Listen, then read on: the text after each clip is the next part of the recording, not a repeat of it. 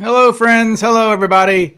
It's a me, a Mario. Hello, everybody. It's Ryan Burns, DB Cooper Sleuth, and I am here with Pat Boland, my friend, and I am hoping that our audio sounds good. We had some audio last time that was some issues, but I'm hoping that this time it's going to be okay. Hopefully there's no weird echoes or anything, but y'all let me know. Well, actually, you can let me know, but it's not gonna matter much, because I can't fix it in real time probably. So you'll have to deal with it. But anyway, all right. So I am here. Hello, everybody. I am here with Pat. So I was thinking I need to have Pat on because I say the same things over and over again. I feel like I'm speaking Groundhog Day. I just say the same stuff. And it's good to have somebody else on the show who is as knowledgeable as me on this case, who can tell you some stuff. There's few people in the world. I can be vain sometimes, and I can be vain about my Cooper knowledge. And there's people who do have equal knowledge to me, and I would say Pat's one of the few. So I'll have Pat on. Now, I mean that, Pat. Ryan, wow, with that introduction, you do know more. Well, okay, you and Mary Johns. Okay, you're neck and neck on Cooper knowledge. Okay. Mary knows a lot. Somewhere beneath that, but anyway, for whatever that's worth. But, let's see who we got. We got Mary Johns. Oh, hello, Mrs. Sleuth. Hello, Mrs. Sleuth. How are you, babe? She's back at the house. Hello. Okay, who else we have? Well, we got Mrs. Sleuth in the chat. That's nice. Old Indian Trick. I don't know who that is. Let's see who else we got. DeBoss. I saw the Queen. Which Queen? You're Queen of what? Hey, Seth. Hello. Let's see what else we got. Northwest Hijacker is saying that DB Cooper was actually McCoy, although he's joking on that. I assume because his avatar, whoever this person is, their avatar is Milton Vordal, and so anybody who is well versed in this case to know who Milton Vordal is should know that McCoy's not Cooper. So I'm assuming you're just joking. Yes. That's okay. So that's a good observation. I think that if you have Vordal in your actually, avatar, it's very strange to have Vordal as your, but different strokes and all that stuff. So this is a no McCoy zone. Okay, he's kind of faded from views so much, but I don't know. I think he still has his supporters. Well, so what we'll do is we'll go through the chat, and we'll just get some questions for Pat. Like I said, the questions you have for me, we will direct them to Pat because I have said this. I have answered these questions enough, and my God, that iceberg was so extensive. Did you watch the iceberg video, Pat? I watched the second one, and there actually were a couple of things in there I found. I think we tend to forget about some things in this that are really important because there's so much. And then we move on to the next thing that Chris Brower finds because he finds everything, right? So that parachute, the one on the railroad bridge on I-5, is that what it is? Mm-hmm. I think that's super important because why is a parachute hanging on a railroad bridge right after the hijacking? Well, I don't know. Have you ever run across a parachute in your travels anywhere? Because I know I haven't. So I think that's a super important thing that we just kind of dismiss because we don't know what happened to it because it disappeared. But yeah, those are all like, oh my gosh, I forgot about that. So I think that's really good to remind ourselves of some of that stuff. But I have to go listen to the first one. I don't know why I started on the second one. Well, I mean, I'll just put it up there. I mean, the first one, again, it was a 6-tier iceberg. The first one right there, I mean, that's just the standard. There's nothing there that's, crazy. I mean, the only discussion was that, Braden is in the top tier, and I'm okay with. I didn't make these tiers. I was okay with Braden being in the top tier because I think that maybe I'm wrong on this, Pat. You can tell me, but I feel like Braden is he has the biggest following of a realistic-ish suspect, right? Yes. I was going to say of the usual suspects, Braden is the only one that could be Cooper. It's plausible. When you start adding in Weber and Rockstraw and Recca and, blah, blah, blah, none of those people are Cooper. Like 100%, they're not Cooper. Him, I don't know if he's Cooper or not. Yeah, I don't know. Yeah, I mean, everyone knows my objections to Braden, but like I said, I am I'm not a 0% Braden guy. You know, you just never know. No. I mean, no, we don't. I don't think. It's probably not him, but I don't know that for sure. The other ones, I feel comfortable saying they're not him. So. Oh God, yeah. There's there's no doubt that.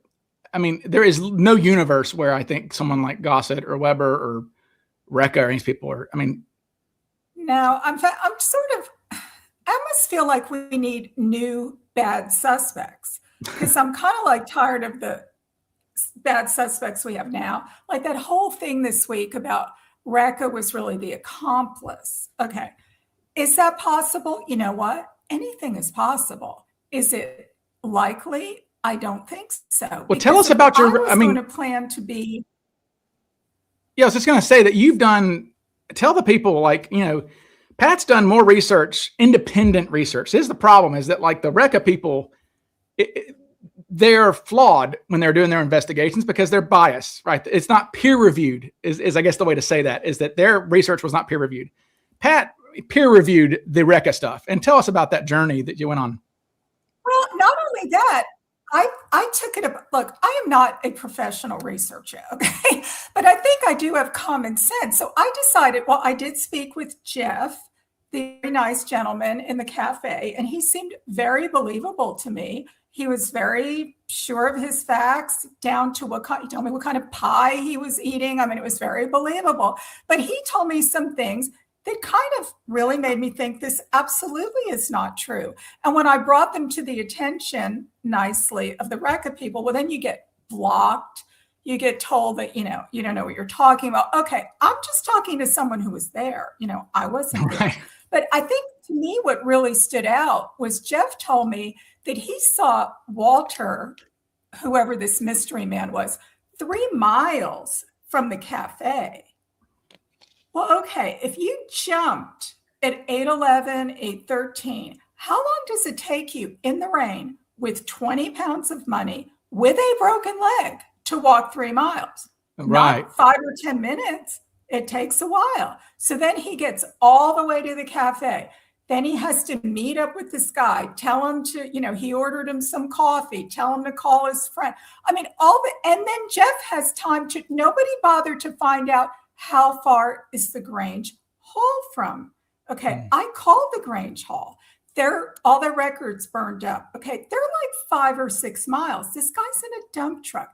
There's no way that all this happened in like 30 minutes. I mean, it's impossible. And he gets to the Grange Hall by 9 o'clock. What universe is this all happening? It's not. So to me, it was really that, forget about it's not on the drops, you know, all that stuff we already know. Just simply the timeline does not work. And I was kind of shocked that they didn't seem to know these like basic things like Google Map, like how far is it? No. You know, this was not, I was not being like super smart or anything. This was just like real basic stuff. And then, you know, I asked, well, who else was in the band? You know, a band is typically not just one person. Right. Where are the other band members, right? I mean, that makes sense. Wouldn't they be able to corroborate? This is a small town. Maybe they still live there. Well, one of the book authors, I won't say his name, but he told me he ran out of money to go try to find this band member, which could be true because maybe they moved to, you know, Timbuktu. Except then one of the other book authors recently came out and said that the other band member corroborated the story. So it's like, okay, really? I mean, after all these years. So, you know, their facts don't really add up. I think the guy was just, you know, kind of like all these other guys who decide, I want to be someone else, whether it's Dwayne Weber or the nice lady who came to CooperCon, whose friend confessed to being DB Cooper. I mean, there's just a lot of these people, they're just not Cooper. So I don't know. I guess I'm just sort of over all these guys. So we need someone else to make fun of. Yeah. Yeah. The whole Recca thing, I just don't. I mean, how do we even know it's that day? Well, that was the other thing. Okay, I even I spent $10.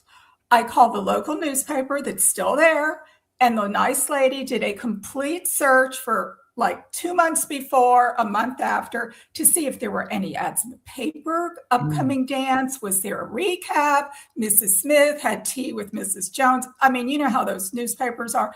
Could not find anything. And this lady really did. I mean, the newspaper didn't come out. It was like weekly or something. So she went through every issue with me. There was nothing about that dance. So it very well could have been the Sunday before. It does seem weird to have a dance the night before Thanksgiving, but then there was a wedding the night before Thanksgiving. So right. Well, I mean, I think about like the people. I mean, we're talking years later. I mean, when did they approach this guy? You know, Assadich, like 40 years after the fact, right? I mean, look at the people with the McClellan plane. Yes, that was right after, and supposedly they remembered the wrong night. That I was literally just about to say that.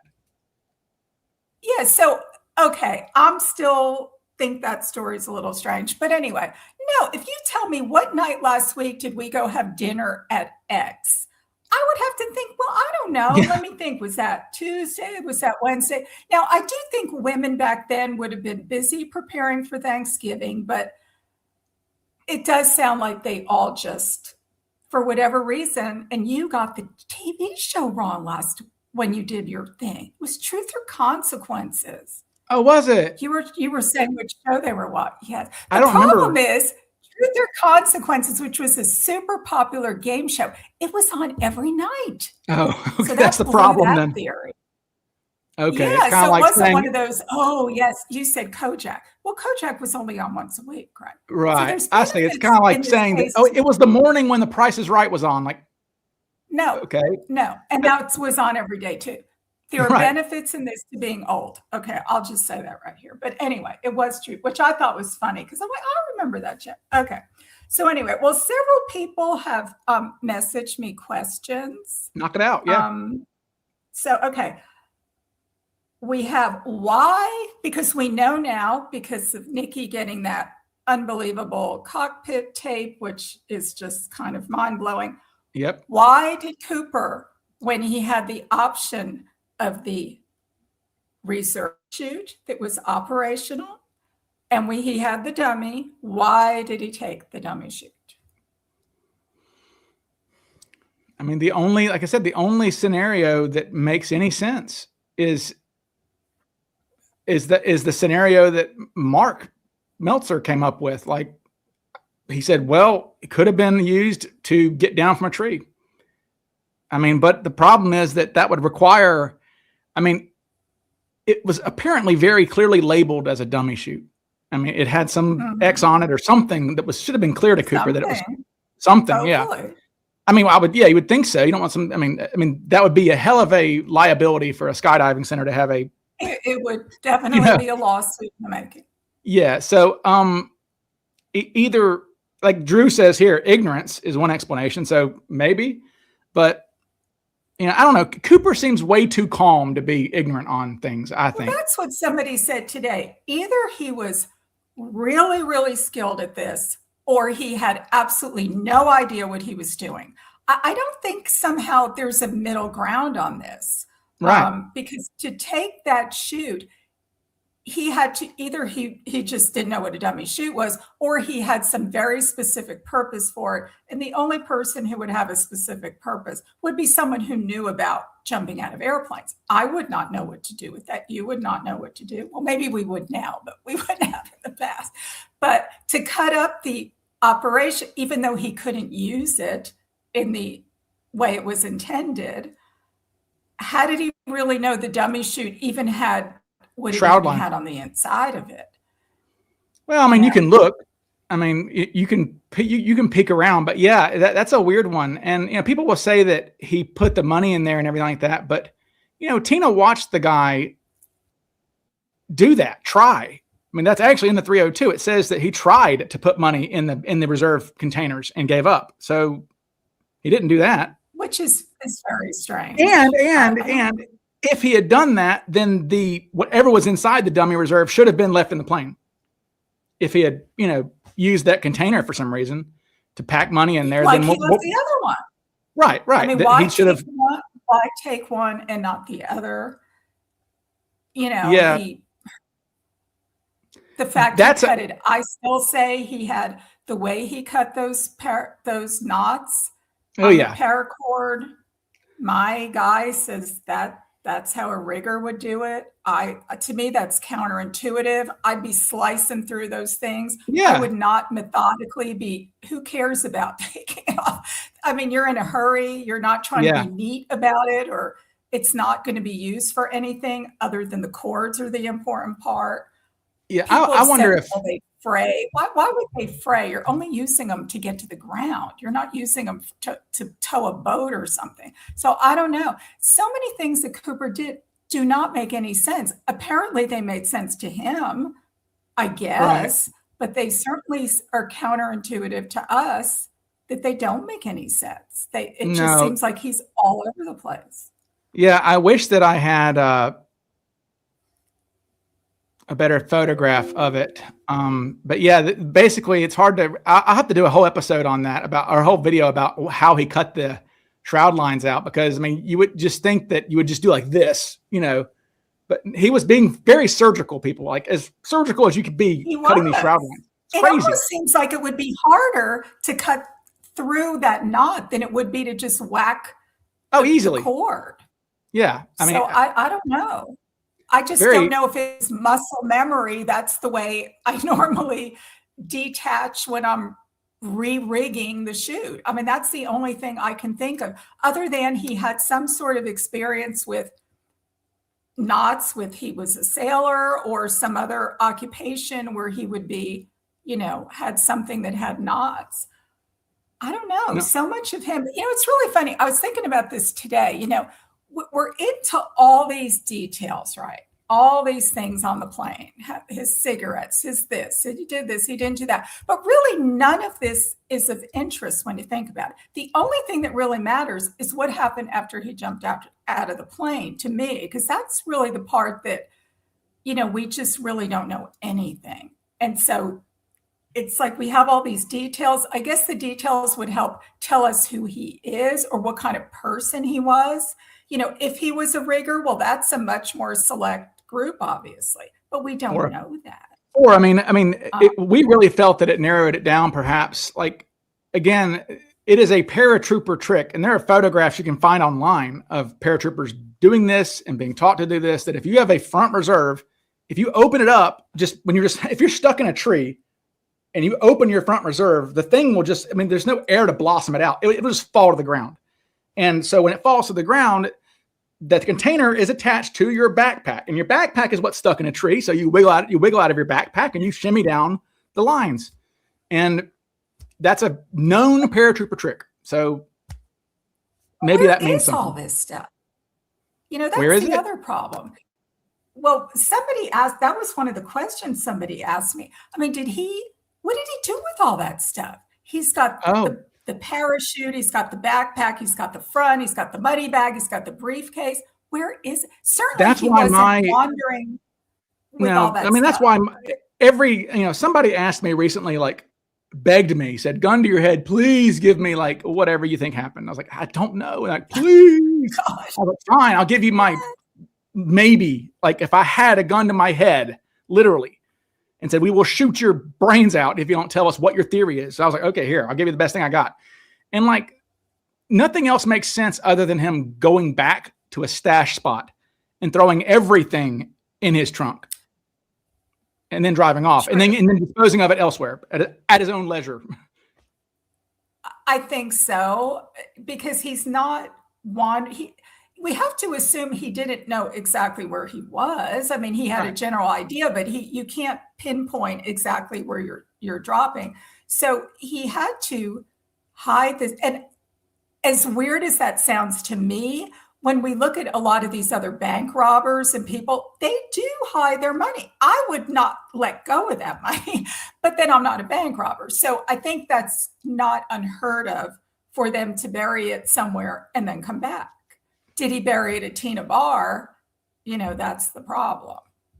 We have a super chat here. Problem. Thank you for the super chat, Groovy Goose. Thank you so much. It says, how much of PDX is the same from 71? And can you go up to the ticket counter and terminal entrance door?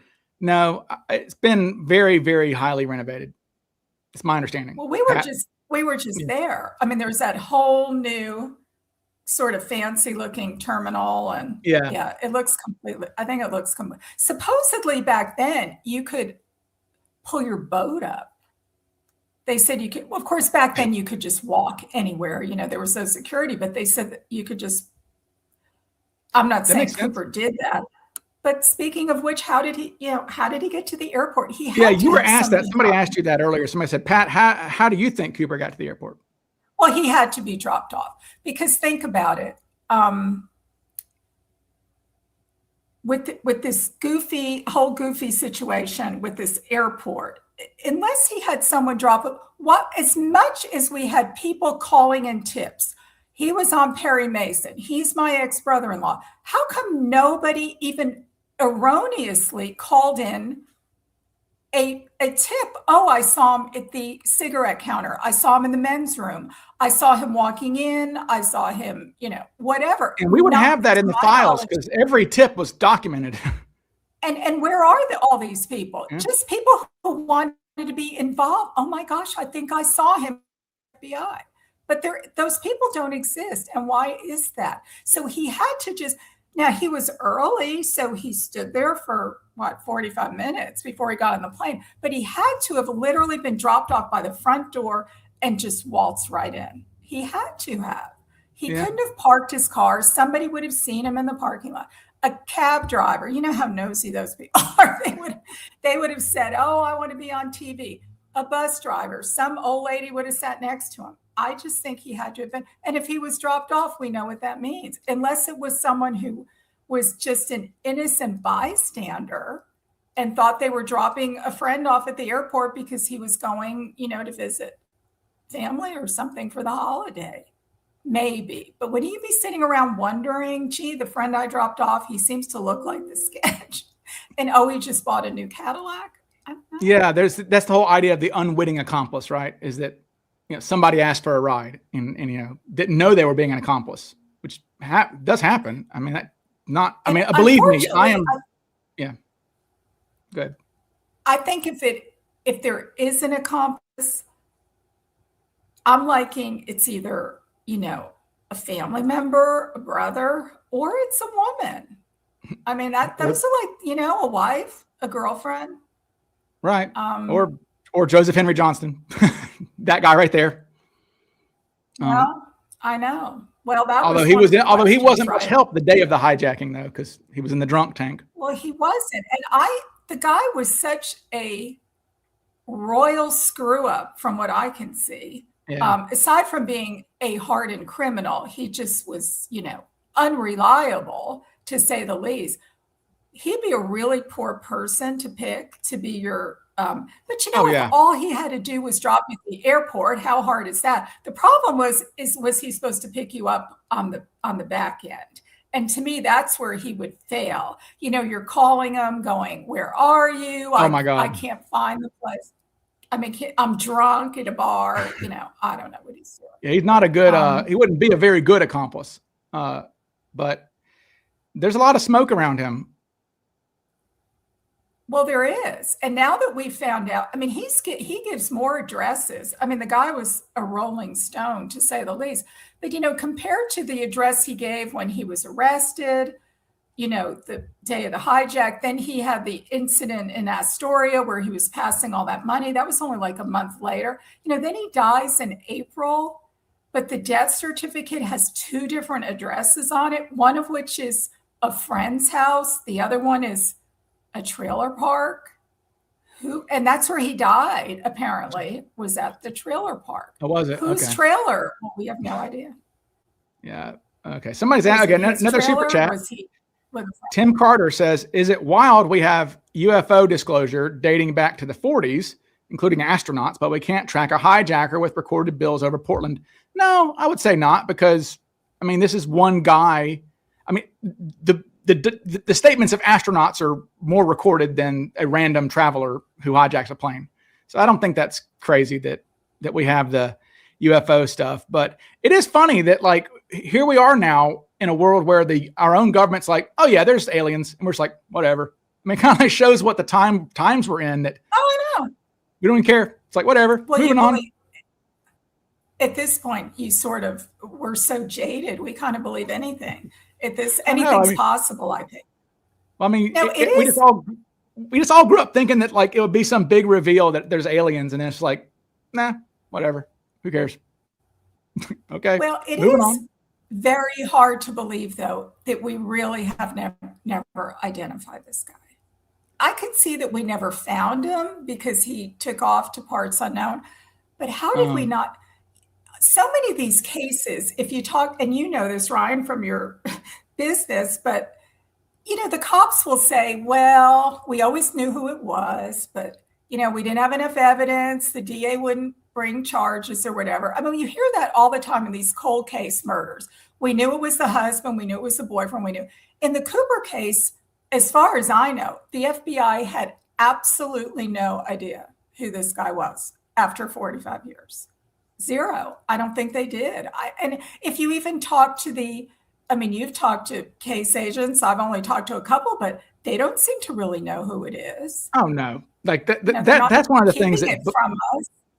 No, that's one of the silly ones where they're like, oh, the FBI know. I'm like, this embarrassed the hell out of the FBI. If they knew, they would. I mean, well, of course they would, and they really care about their reputation. They just couldn't, So something. It's just, was the guy either like the luckiest man who ever lived? Was he just killed, or is he just such a super? I don't know. I mean, I guess. Well, okay. I was just gonna say it's odd. His behavior is so strange because he doesn't behave like anybody else that I know of who's, I study a lot of these hijackers. They're all really, they're bank robbers basically.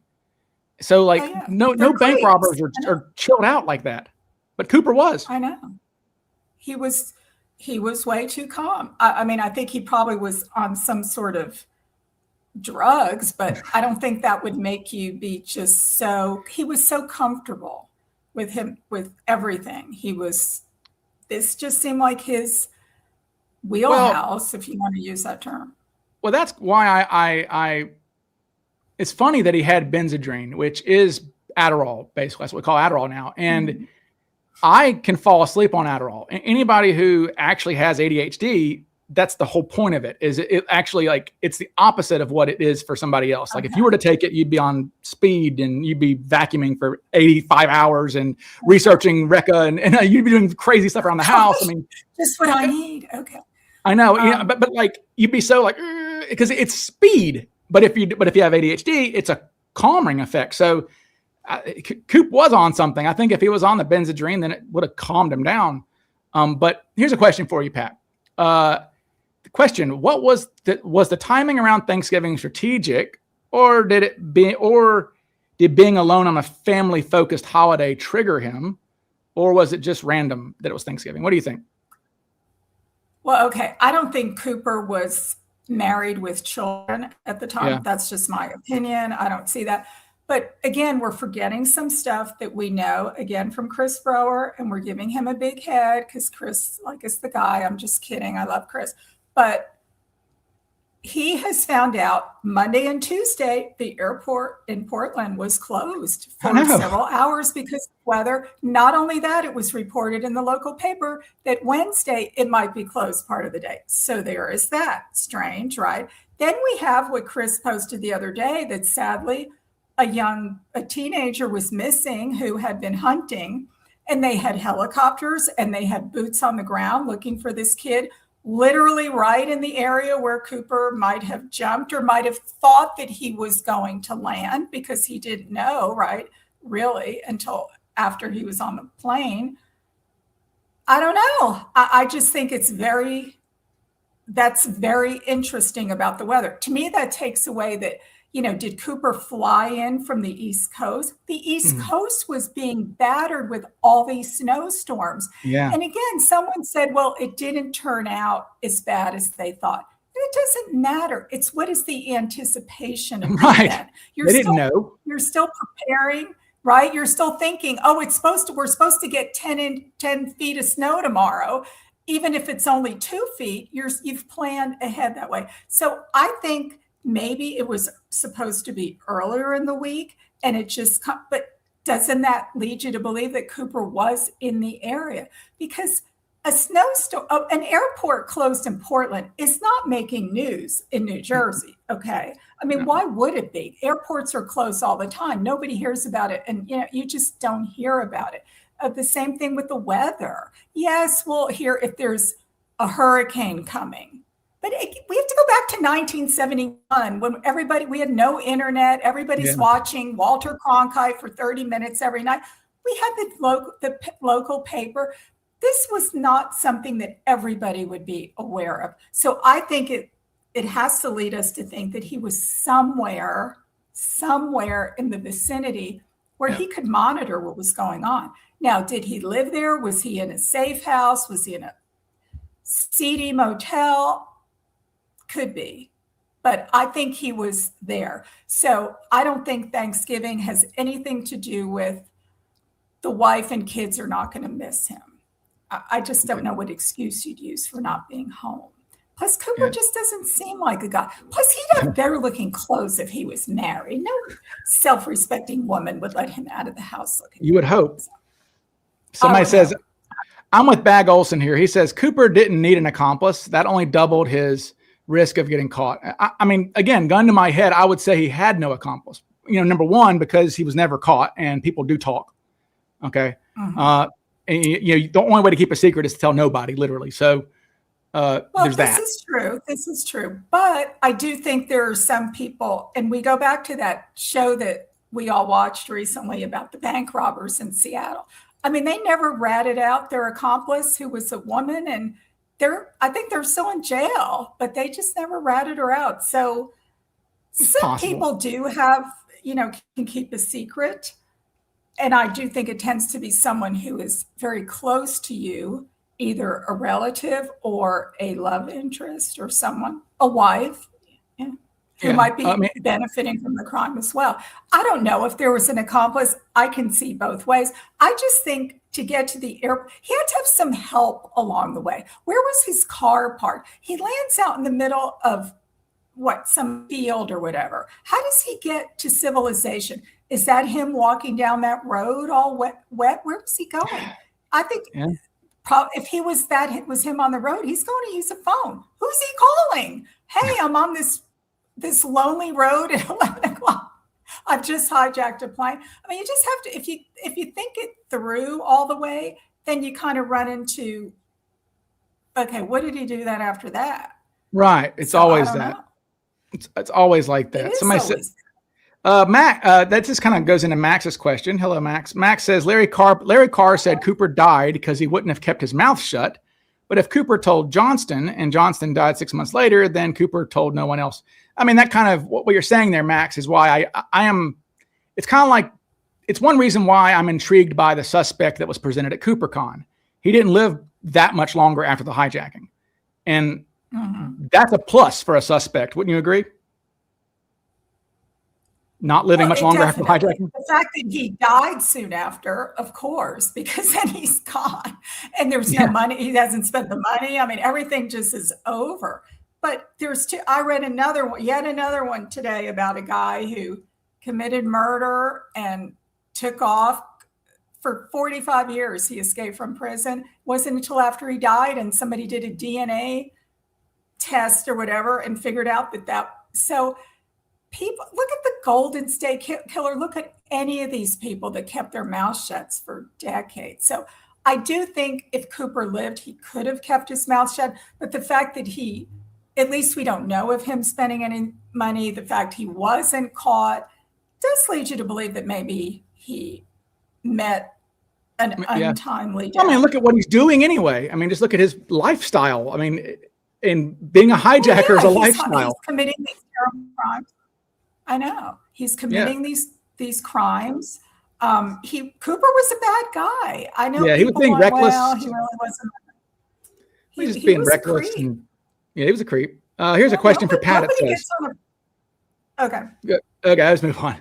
It says, question for Pat. Do you feel Cooper was Latin like Flo said?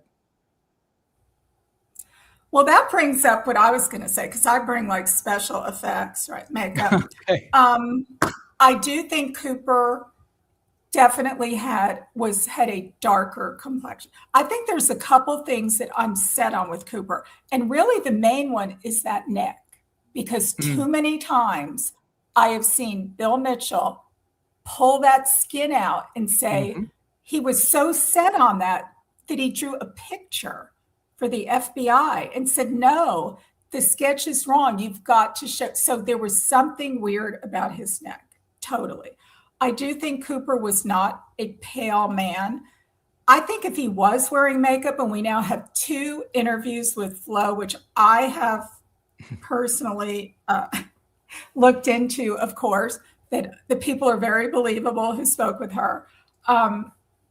If he was wearing makeup, I think it was to cover something up. I don't think it was so he could be pale and pretend he was Cuban or Mexican or whatever. I don't think that. That would be pretty hard to do without like stage makeup or something. But I think if he had scars or something that he felt would be very noticeable, which it would be when you're on an airplane and you're sitting right next to him, you definitely notice, then I think it could be something like that. But I wouldn't discount the fact that he was wearing makeup. We know that other hijackers have worn makeup, so it's not too hard to imagine. I guess I would say that most of the hijackers were Cuban back then. So there could be some bias there. Throw them off. It's just another one of those Cubans hijacking a plane. I don't know. Well, it could be. And I guess the pushback that I would give on that is that Latin is more than skin color, right? I mean, Latin's more than your skin tone. And, Flo is the only person that we know of who Cooper is like right up in her face looking at her, like eye contact, dead staring right at her. And so like, he's the only person we know of that Cooper stares at literally and has eye contact face to face with her. Right in her face practically. Yeah. I mean, like straight up, no sunglasses, straight up looking at her. And, she comes off the plane and says the guy's of Latin descent. And, I mean, I'm going to take her, I will, take her word on that. I think that she would know. I agree. I mean, I think we have to listen to her. But what else besides, because she wasn't saying that he was Latin, that he just flew in from South America and had an accent. I mean, said Latin, descent. Descent, American. So everything about him would be American, his accent or his, after all, Cooper used a lot of stuff that showed to me that he had been in the US for pretty much his whole life. I mean, all his little lingo about, some of his terminology that sounded like gangster speak. And I do know a lot of people that come from other countries, they learn how to speak English from television. I know people talk about that. But I do think Cooper, everything about him seemed like he was an American. Now, that doesn't mean his parents were not from somewhere else. But yeah, I do think he had darker skin. And this guy clearly, to me, is he Latin? He could be Mediterranean, Native American. He could be East Asian, Europe, Indian, or Mediterranean, or Israeli, or something. But it's interesting. I don't think he was. Well, it's not just Flo, though. Remember, we've got Robert Gregory also says Native American or Latin descent, and so we've got 2 different people saying that, which is something. I would say. I mean, it means something. I think the fact that Robert Gregory was cutting pictures out of National Geographic saying, "Oh, this is," I mean, they were pretty set on it. That's why I think that one of the best pieces of evidence, which you talked about on your little video the other day, was that sketch that Mr. Spreckle did, which is very interesting. Well, first of all, Cooper looks a lot younger in that sketch. Which you think is so? strange. Well, I don't know. I do. Well, here, we'll bring up the Spreckle sketch. I mean, for those who don't know, Cord Spreckle was a German fella, and he drew his own Cooper sketch. He said, I can draw my own sketch, and he did. And his sketch is similar to the Bing sketch, or not to the Comp A, we call that sketch. It's similar, but he did say he wanted the forehead to be a little wider, Said he wanted the nose to be a smidge wider. But I don't know. But the thing is, Spreckle told the FBI that he thought Cooper was 50 years old.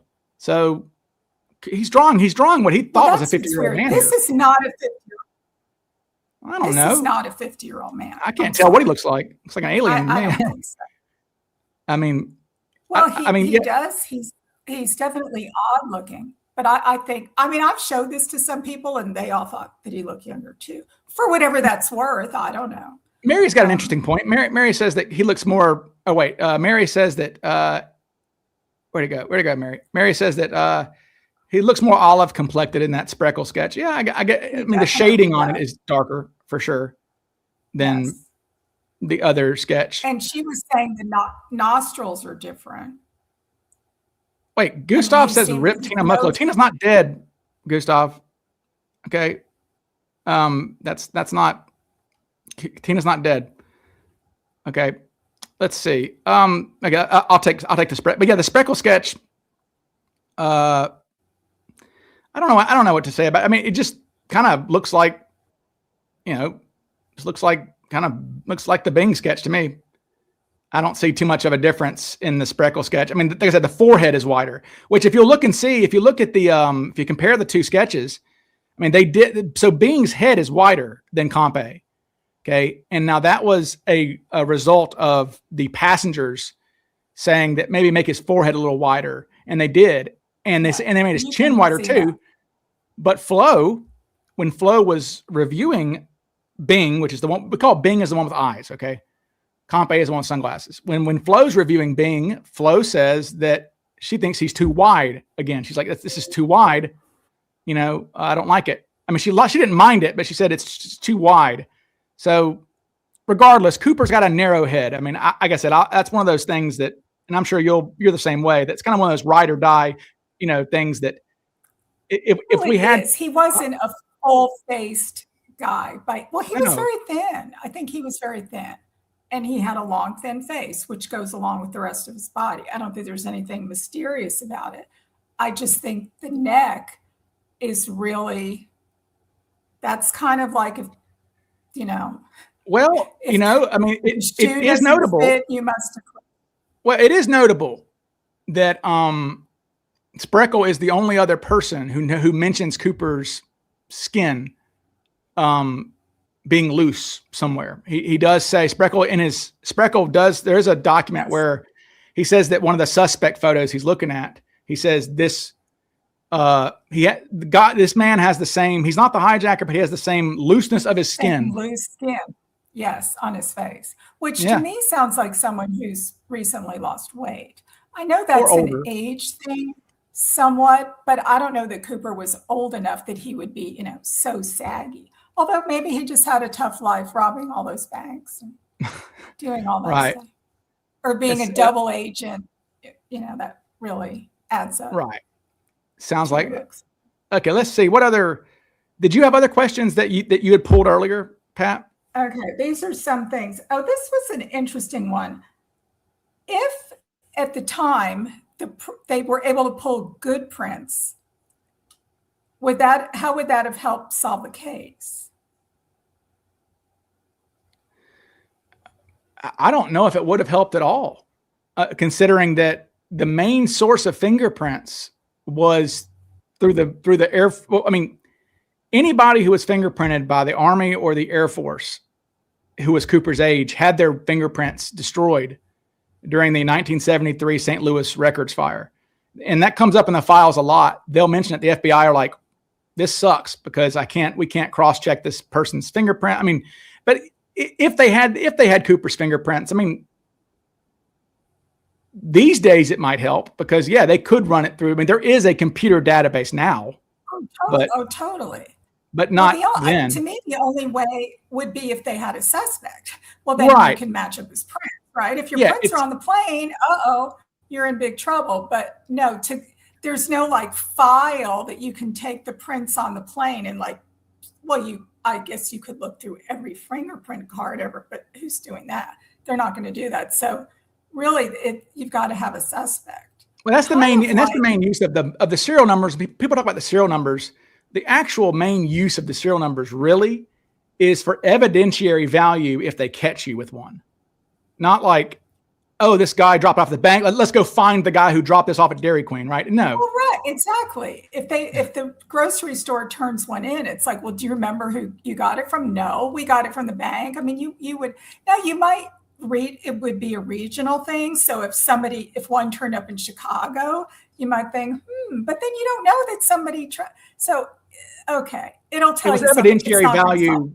Well, it's the same thing that look, with McCoy, for example, right? I mean, clearly McCoy had $500,000 in his closet. We all know what this money is, but they still checked the serial numbers. And it was the McCoy money was the money that they gave McCoy, right? I mean, so that's really what it was for. It's to get a conviction. It's more evidence against somebody, not when you're finding somebody. It's like you got them dead to rights. I mean, I don't think you can.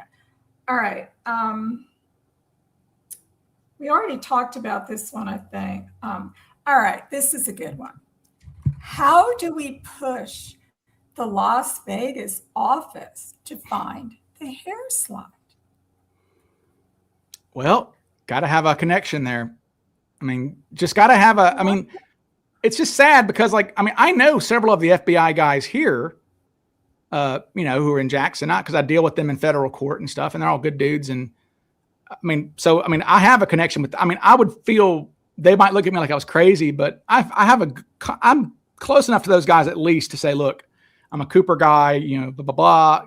Do y'all have a lost and found? Is there anything? And maybe they could have done something. But I don't have a connection to Vegas, but the Vegas office, yeah, they're the bad guys. If there are bad guys other than Cooper in this case, it's the Vegas office because they're the ones who destroyed the cigarette butts. They lost the hair slide. They didn't do a lot. And the hair cloth, the headrest cloth, and the cups, and the $20 bills. And there's a 302 that said some of our best evidence are the papers that were on the floor. What papers that were on the floor? No, okay, all right. So yeah, I'll pull that up, people. Let me find that real quick. I actually found that somebody emailed me recently and was asking about. Here we go. Okay, we have a 302 that just straight up says, people can read that. I don't know if you can read that, but it says parts of a magazine as well as the cover, which was torn from the magazine, and a piece of notebook paper torn out with printing thereupon made by a felt marking pen. The above material was found pushed down behind a seat on the aircraft, but there is no known connection between these papers and the hijacker. Exactly what seat they were found in is not stated. That's great. But it is believed that they did not come from the seat used by the hijacker. The Bureau had examined the papers and found 24 latent prints. So that's weird too. So this is another F up on they screw up a lot because they're saying that they found on the papers, they found 24 fingerprints and 5 palm prints. No, they didn't find the palm prints on the, but this is what you get. I mean, look at the date on this. Like the date on this 302 is kind of early. The palm prints came from his seat. But there's another 302. It's very short. And it just says that there were like 3 things that were their best evidence. I think it was the cigarette butts, something, and the papers around his seat. That's but what then there's no.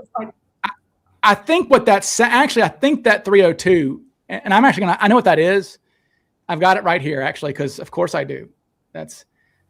I'm finally rebuilding my database because as people who know me, I had a computer crash and I lost everything I had built for years on the Cooper case. I mean, I was like, and I've got so many files. It's a good thing it's all in your head. So. I know that's what Olivia says. Okay. Let's see. Okay. So it's called the, I've got it in here. It was the, conference. Let me type in conference. This might be it. I'm gonna put something on the screen. I have no idea what it is, but this might be it. Okay, this is this is just something from the conference, but okay, there's no need to really read through that, but you can screenshot that if you want to and read it. But no, I know what that is. Well, what I was thinking of, on an airplane, or at least they used to, they had newspapers to read. So I just kind of thought with the door open, wasn't stuff like blowing around? And nobody really talks about that. Like how much wind was blowing into that plane? We've talked about that with the tie before. Did the tie get blown? You would assume when they're flying so high up with those stairs down that stuff, it's after all, he's right by the door. So I don't know if that's, but why would they think that was great evidence? That's the part that doesn't. No, they're not. Okay. No indications. I just found it, Pat. I just found it. Okay. So here, let me pull this up because I've got this. All right. So I'll have to, just preface this. What happened is in 1976, as they approached the 5-year time when they thought there was going to be a statute of limitations problem, is they had a conference of agents from Portland, Seattle, LA, and San Francisco. And I think they met in San Francisco. And they basically, there was a brainstorming session to say, look, what the hell can we do?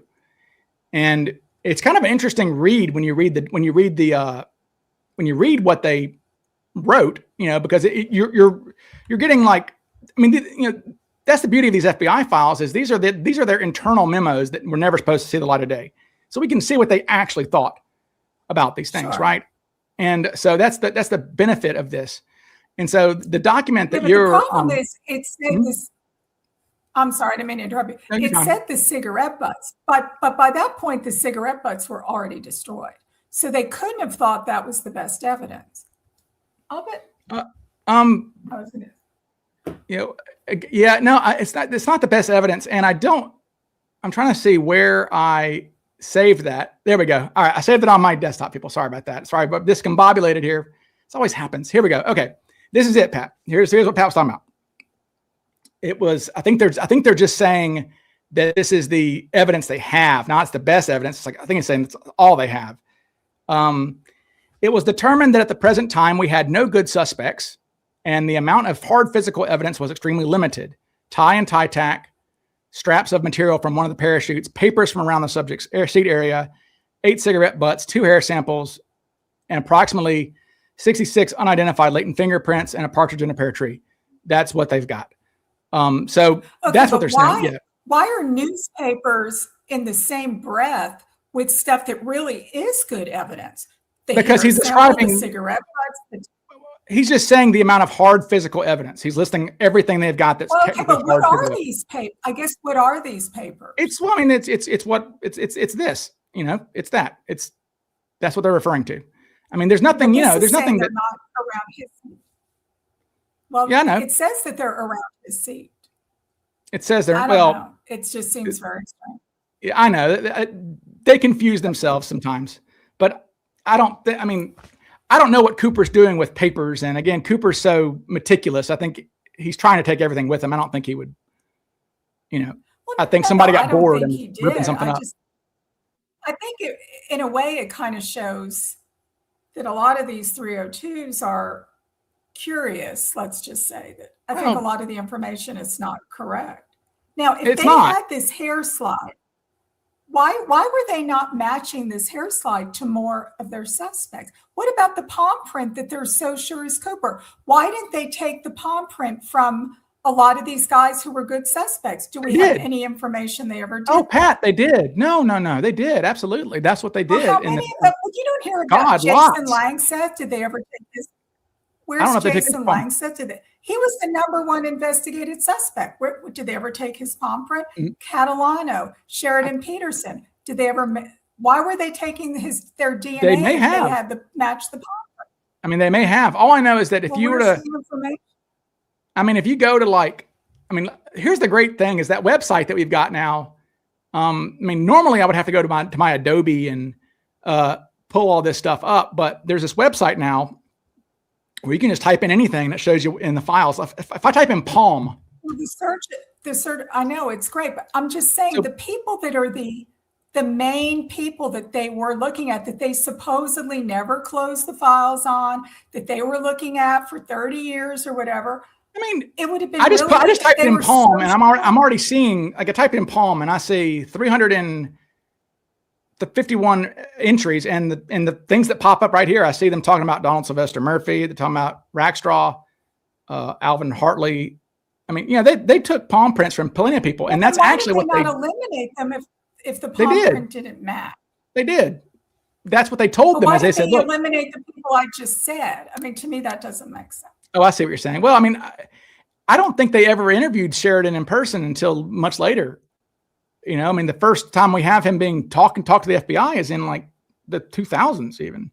So, I mean, I don't know, but yeah, Langseth, maybe they mentioned palm prints. I don't know, but I know that the palm prints were absolutely used to eliminate. That was like their big thing. I've never seen that they, they were so hot to get his DNA. Then he had a lawyer. Then they finally ambushed him in his front yard, and they finally get his DNA. Well, I would have held him down and taken his palm print. Well, it's funny that they did that with Rackstraw. Like, there's this famous thing, and I mean, not famous, but like to me, it's famous because I've seen it so many times. But with Rackstraw, they asked Rackstraw for his palm prints. This is when they had him in custody for killing his stepfather, and Rackstraw said, "I'm not giving you my palm prints," being a jerk. And so there's actually a memo that they wrote to the Attorney General's office, or the AG's office, saying, can we like physically hold someone down and make them give us a palm print? Can we take it by force? And before they got back to them, so they said, let's research this. We'll get back to you. We will write an opinion. AG's opinions are common. They said, we'll write an opinion, see if you can do that. They never got to that opinion because in the meantime, Rackstraw had been exonerated, found not guilty, which is crazy, found not guilty. And then a month later, he is arrested for stealing an airplane, and he freely gives his palm prints at that time. It's like, what a jerk. So it's just, but Rackstraw, the palm prints are a thing. Well, I don't understand how they know that that's Cooper's palm print. Why are they so sure about that? Well, I mean, I don't know. They seem really confident. I mean, that's like, they seem real confident on that. So, Chris, okay, so actually, our U.S. Marshal, we have a U.S. Marshal in the chat. Oh, yes, Chris says, Ryan, you can take fingerprints by force. Okay. Well, we'll have to keep that in mind. Yes, Chris, have you done that yourself, Chris? He's like, you can't. Okay, yeah. So the palm print was interesting. Okay, let's see. Hey, Ryan, please respond to this. I have no problem with Cooper being a Canadian, as long as he was a Green Beret who saved U.S. soldiers in Korea and Vietnam. Okay, well, I mean, you got to get over there might be a little hero worship there or something, Max, with Cooper. This guy's a jerk. This guy's a douchebag. I mean, if he saved people in Vietnam or World War II or Korea, great. But I don't know if that matters. I don't think that matters. Let's see. Can you imagine, unfortunately, losing your hair, having a turkey neck, and then becoming a suspect in a crime that won't die? Well, we know some people who have become suspects that we can't kill. And somebody did ask us earlier, and we'll jump on this landmine here. Maybe somebody said, what do Pat and Ryan think about the Clara stuff that's on Reddit? Oh, I'll be happy to jump in on that. Please. You know that. Go ahead. Unfortunately, well, I'm not going to say that anybody is fabricating anything. I have no information on that, of course, whatsoever. Knowing of this family and having some inside information, why in the world would this woman who was a housewife mother in New Jersey, how would she even know who Max Gunther was to write him and start calling him with this whole crazy story that, after all, Clara knew a lot about the case. I don't know how much of that was really in the public domain at that point. Again, she's not looking it up on the internet. The other thing, I know this is silly, but nobody's mom ever licked a stamp. Okay, I will just tell you this. They had those little spongy things that had water in it, and you put the stamp on it, and then you put it. Grant, stamps are disgusting. Okay, nobody is doing that. So to me, that was just kind of silly. I know that's a silly comment, but that's how silly this story is. No, I think that letter was written by a man. That's my opinion. Of course. And I think the whole thing was a hoax. I think Max Gunther was hoaxed by someone who knew him, because there was a reason that whoever this Dan LeClaire, Paul Cotton, whoever he was, he knew of Max Gunther. And I don't think it's because he saved a 10-year-old article. Because again, this is not a guy thing to do, especially in the early 60s. And then he's reading Ladies' Home Journal, which no self-respecting man in 1971 is reading. So that was just an excuse. I believe whoever perpetrated this hoax knew Max through some way. Yeah. I think it was someone who knew him through his work as a journalist, as a writer. And I think they perpetrated this hoax. Max fell for it. Because remember, he also contacted, whoever this Dan Clare was, he also contacted the editor of True Magazine. So that's like the double True Magazine connection. Again, how would this New Jersey housewife? If you put that actually, what is her deal? If you put those letters into like AI and ask it, what do you think about this? Like it's going to tell you that it reads like somebody who's in the same scene as Gunther. It's some New York literary person. I mean, D.B. Cooper is not writing a letter months after the hijacking, talking about magazine articles that I read 10 years. I mean, it's bullshit. Like it's obnoxious. Nobody's doing this. Okay? No. Especially, think about who look, I don't know Max Gunther. He's deceased. Max was a Princeton guy. He came from a wealthy family. He lived in Bridgeport, Connecticut, which is very high class. He lived down the street from the actress who played Cary Grant's mother, right, in North by Northwest. This had to be a very affluent. He wrote books about how to get rich, how to get rich like me. He interviews all these wealthy, rich guys. I mean, he was somebody that you'd want to hoax. You know what I'm saying? I think he'd be an easy mark. It's like, okay, this guy thinks he's better. How many guys went to Princeton back then who wrote for True Magazine? I'm going to say probably zero. Okay. So he was this kind of, affluent guy who probably thought he was smarter than everyone else. I'm just getting that impression from him. And so somebody came along and thought, I'm going to play a joke on him. And they did, because there's a reason why these people, they never asked for money. They did ask for money and then they backed off on that. What was their goal? Who's doing this? What's your purpose? Look at the Cooper hoax, the other hoaxes. Weren't they? You have to have a reason. Okay, there's the Zodiac letters. Those people are just crackpots. They're not New Jersey housewives with a family. Oh, I think I'll track down who the editor of True Magazine is. You're not doing this. So I don't know whose DNA that is. I don't know. I know it's been destroyed. That's the problem once you do all those tests. So nobody can do another test to now the information has not come out about the genealogy. That will be interesting to see if, it can be peer reviewed. I don't know if that's going to be available, but the thing, and I am totally set on this, that 2 years before remember, Clara, whoever she was, she eventually wrote a letter to Ralph Himmelsbach after he retired, right? And in her letter, she uses that very odd phrase that Cooper had larceny in his heart. And that really bugs me, because a well-known journalist who, guess what, wrote for the same magazines that Max did, wrote an article about D.B. Cooper saying he had larceny in his heart. And both of them used that phrase in the same way. They used it. Let's give him a pass. Doesn't everybody have a little? They didn't use it to criticize him. They used it to basically say he really wasn't a bad guy. I just found that very curious. Mary Johns has run all the stats. That phrase was very unusual in the entire 20th century. So I just find that very strange. So I haven't proven anything. I'm not going to say who the name of the journalist was who, I think could have possibly been the type of person to do this. I mean, can we read this? I mean, just for those. I mean, here's the letter.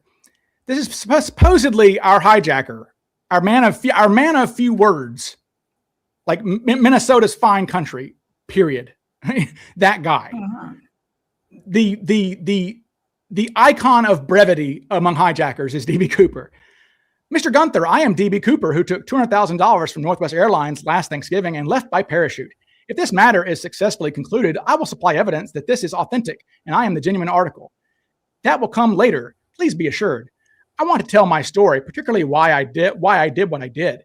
It is important to me. The recent death of another man who tried the same foolish stunt, that would be guy who got his head blown off. What was that guy's name? Heinrich or whatever.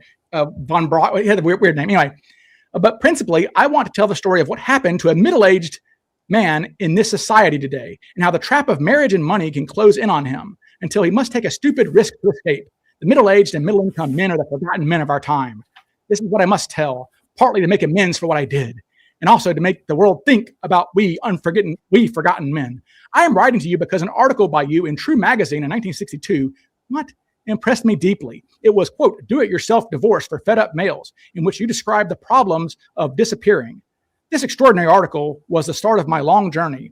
It started me thinking and showed me what the problems would be, particularly the problem of documents. More recently, I saw another article by you on the same subject in a woman's magazine. Why is DB Cooper looking at a woman's magazine?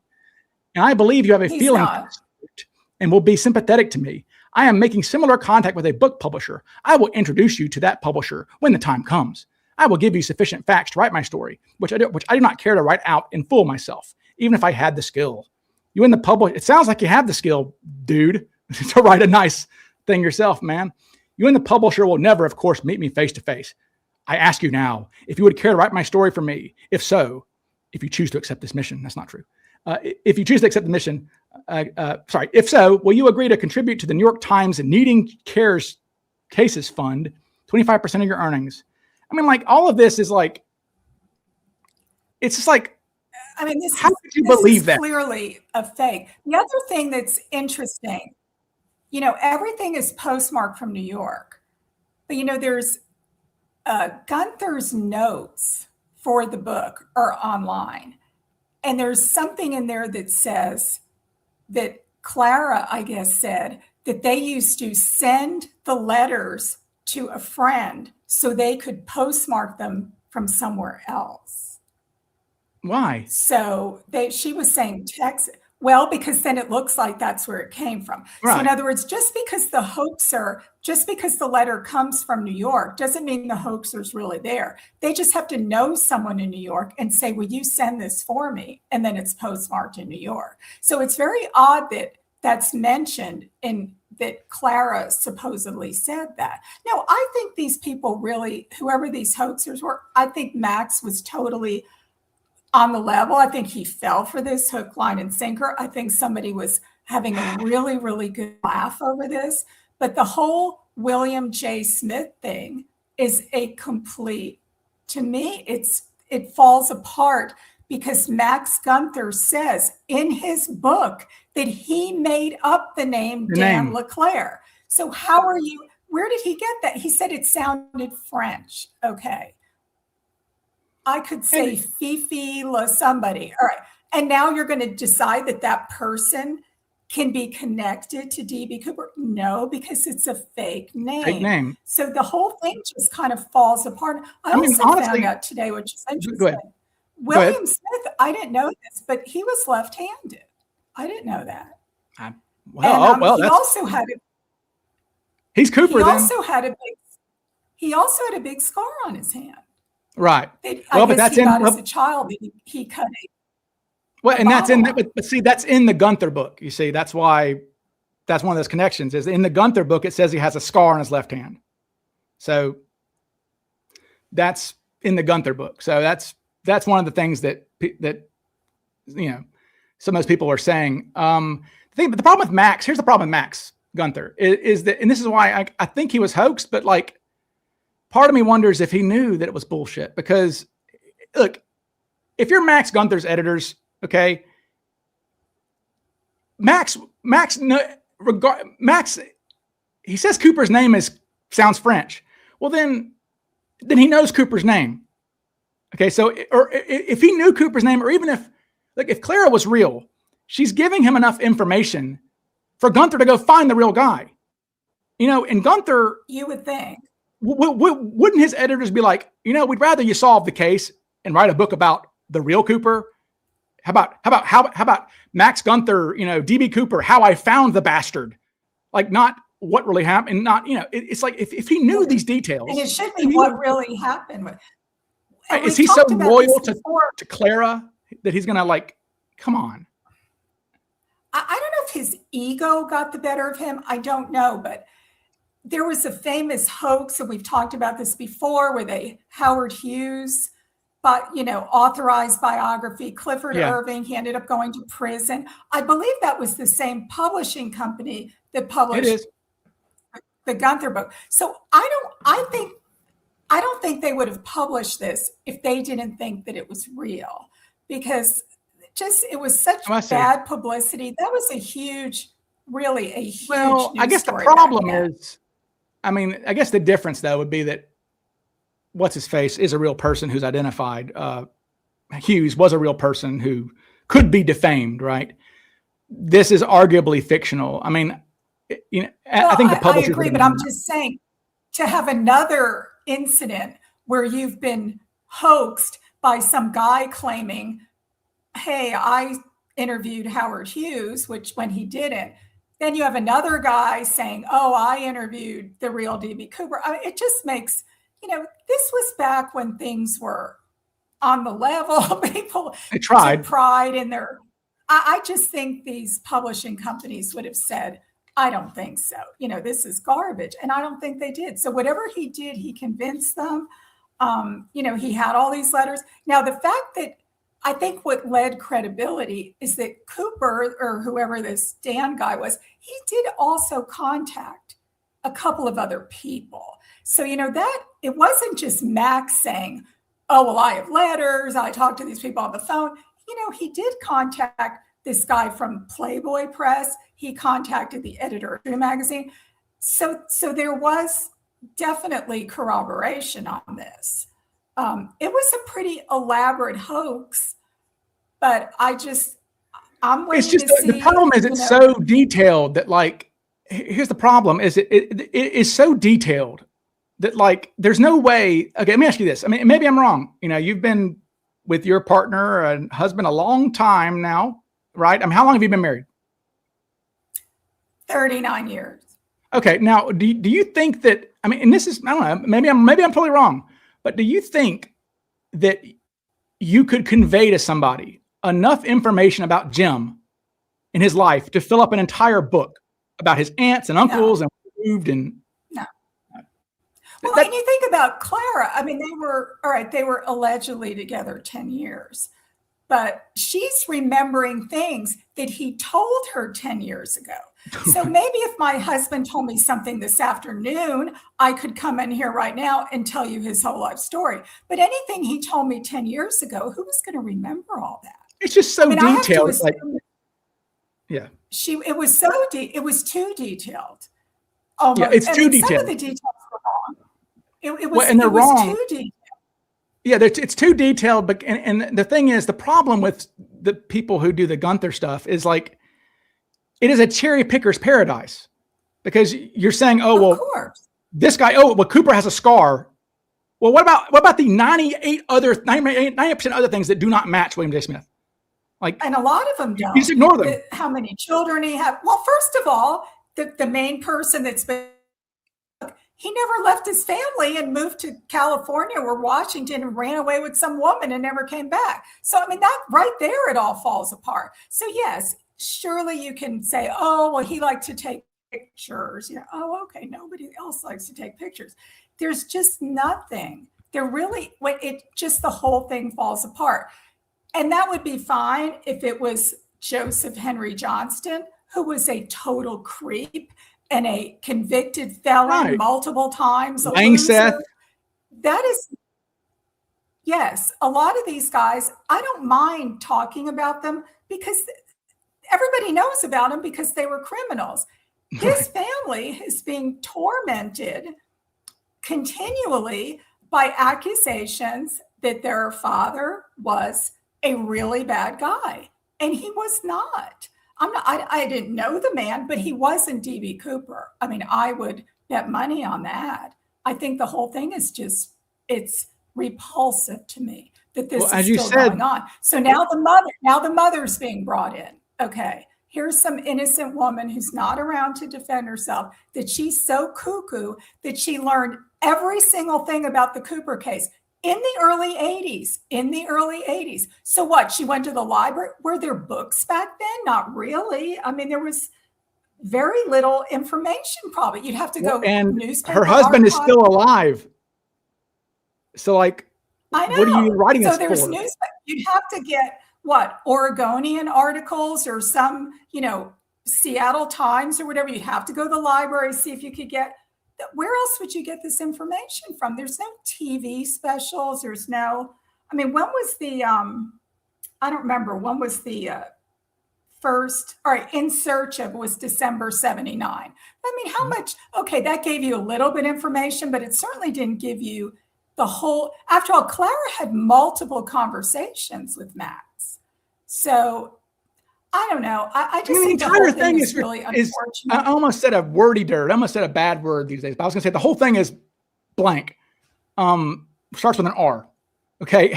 And like the whole idea of it, of a woman finding, people, the Max Gunther story is a woman finding Cooper injured in her shed, and they fall in love and they drink and make love. And it's so stupid. It is. It just doesn't. Clearly fictional. It's a Hallmark. It's a trashy Hallmark movie or something. It's not real, and it didn't happen. And the problem is, here's the problem though. When that is brought up to the people, and when you bring that up, and I brought that up to the people who were pushing this, they go, well, she was changing some details. I'm like, okay, well, where do you stop? If you say she's changing details here, well, then why are you believing some details? She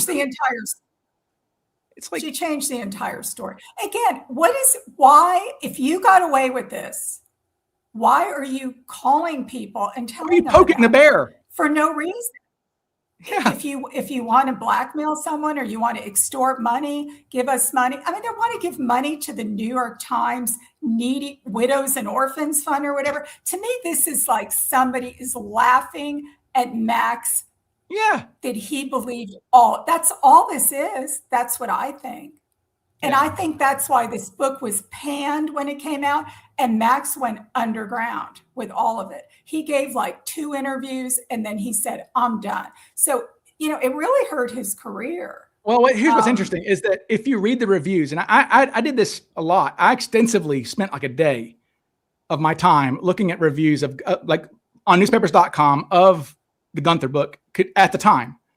And they all understood. All the reviews are like wink, wink. Like, we know that this is fiction. Like, right. It's again, it's sort of like found foot. It's like the Blair Witch Project. It's like found footage movies. Like I liken it to Moby Dick. Okay. Cause Moby Dick, if you read Moby Dick and Call Me Ishmael, like it's the guy, it's Melville interviewing a guy who was there, but it's fiction, right? It's a mechanism. It's a literary device to tell a story. And that's all I think this is. Of course it is. And we have multiple unreliable narrators here in this story. I do know someone who I've spoken with several times who did interview Max. He said he felt like Max really did believe this story, and somebody pulled the wool over his eyes, I think. So I think we need to scrap Mr. Smith as a suspect once and for all. I don't know whose DNA that is on the stamp. I don't. Who knows? I have no idea. Other questions? Okay, moving on. What else you got, Pat? All right. I don't know if I have any more questions. Oh, we already know we disagree on this. Paul Cine, Cooper was not a Cine copycat. Especially now that we know that the airport was closed for a few days, that just adds a few more days closer to the Cine hijacking. So now he's doing all this in like 5 days. No, I just don't think he did. Plus, you actually negate your own theories on this, because you were talking the other day about all these guys who were talking about jumping out of airplanes. Like, they were everywhere. Like, this was epidemic in the US. All these men are, whether it's the guy in Burbank, the screenwriter, we've got that Sam Dahl guy, we've got, the Elsinore goes, I don't know. There's probably like a million other ones we don't know about. So I just think, yeah, maybe he heard about it. We don't even know if he did. And he might have thought, oh boy, I better move up my timeline or something. But I don't think he got the idea from that initially. Like, he was just sitting around sipping his coffee, eating his Wheaties, and thought, oh, I think I'll do it myself. To me, that just, I don't know. It doesn't ring true. But I mean, I liken it to Mac. I mean, Mac says he was just listening to the radio and heard about Cooper and was like, that's a good way to make a score. And he went and did it. So, like, that's kind of how I'm thinking. Cooper's like, that's a good way. Mac was a kid. Mac was a kid. Cooper was a middle-aged man. Mac was 28 years old. Mac was a grown-ass man. So much more risk-averse. If Cooper was 50, oh my God, 28 to 50, we're talking, it's a lifetime. A lifetime. Okay, I don't know. Anyway, I don't think anybody else have any more questions. We have lots of questions. What are your questions? We have lots of questions. Okay. Well, I'm trying to find where they are. Let's see. Sorry, we got on the Clara thing. Is it known which hand was dominant? No, not really. I mean, I have speculated, just as a lefty myself, that here's the thing. I have no idea. Like, Cooper was probably right-handed. 90% of people are right-handed. Okay. So, like, the odds are very high if right-handed, but Cooper had a choice. When Cooper walked up, see, Bill was the last guy on board. Cooper had a choice. Do I sit on the right last row or the left last row? And he sat on the right last row, knowing that the stewardess would be on his left. Okay. He understood that dynamic right away, I'm sure. And he keeps his right hand in the briefcase the whole time. And I'm thinking, like, I would not want to keep my dominant hand idle. Right. I mean, because he's smoking with his left hand. Might have to grab somebody with his left hand. Maybe I'm wrong, but, like, I would think that you would rig it to where your dominant hand is free. And we asked Mac this. Mac is left-handed. And I asked Mac, I said, did you make a decision? Do you remember anything about why you sat? He goes, yeah, I sat where I sat so I could point the gun down the aisle if I had to with my shooting hand, With your left hand. Okay. Yeah. And so, that brings up the argument the other day about why he waited to go to the restroom after they landed, which is wildly counterintuitive, right? Yeah. Tina did say that he had his hand in the briefcase. Yes. But then on the way out, apparently he did not. Or it wasn't noticed by in the briefcase to give the illusion. Yeah, I mean, that he could give the illusion that. Now, does anybody know, in a 727-100 series of that era, do they have the same type of fold-in doors that we have now on airplanes? I don't know the answer to that. What do you mean, like the door? It looks like from the picture. You know how the doors fold in on a plane restroom now? Oh. I mean, I think they were just doors. Like, you have to push them in. I think they were just doors. It's not like a door you open like a door in your house. It's not like a modern. I don't think it's like a modern bathroom door. That's a good question. I don't think so. And I've got a photograph. Let me find a photograph of the plane. I have a whole interior. Yeah, I mean, section. It kind of looks like how they are, but it was hard to see. Okay, here we go. If you've ever tried to get in a restroom with a purse, you would understand that holding a briefcase like a pizza box would be so awkward. See, it does look like, well, that's, I think that's just an open your AI version. No. This is a photograph. So you think it just, but if you pulled it out, it would hit that seat. Well, but the seat's not normally does it down. Go in. Well, the seat's only down when the stewardesses are sitting in it. So I mean, that's down. Well, why is yeah. Okay. All right. That's down for photographic purposes. purposes. Maybe it is like a regular door then. I think it must open out.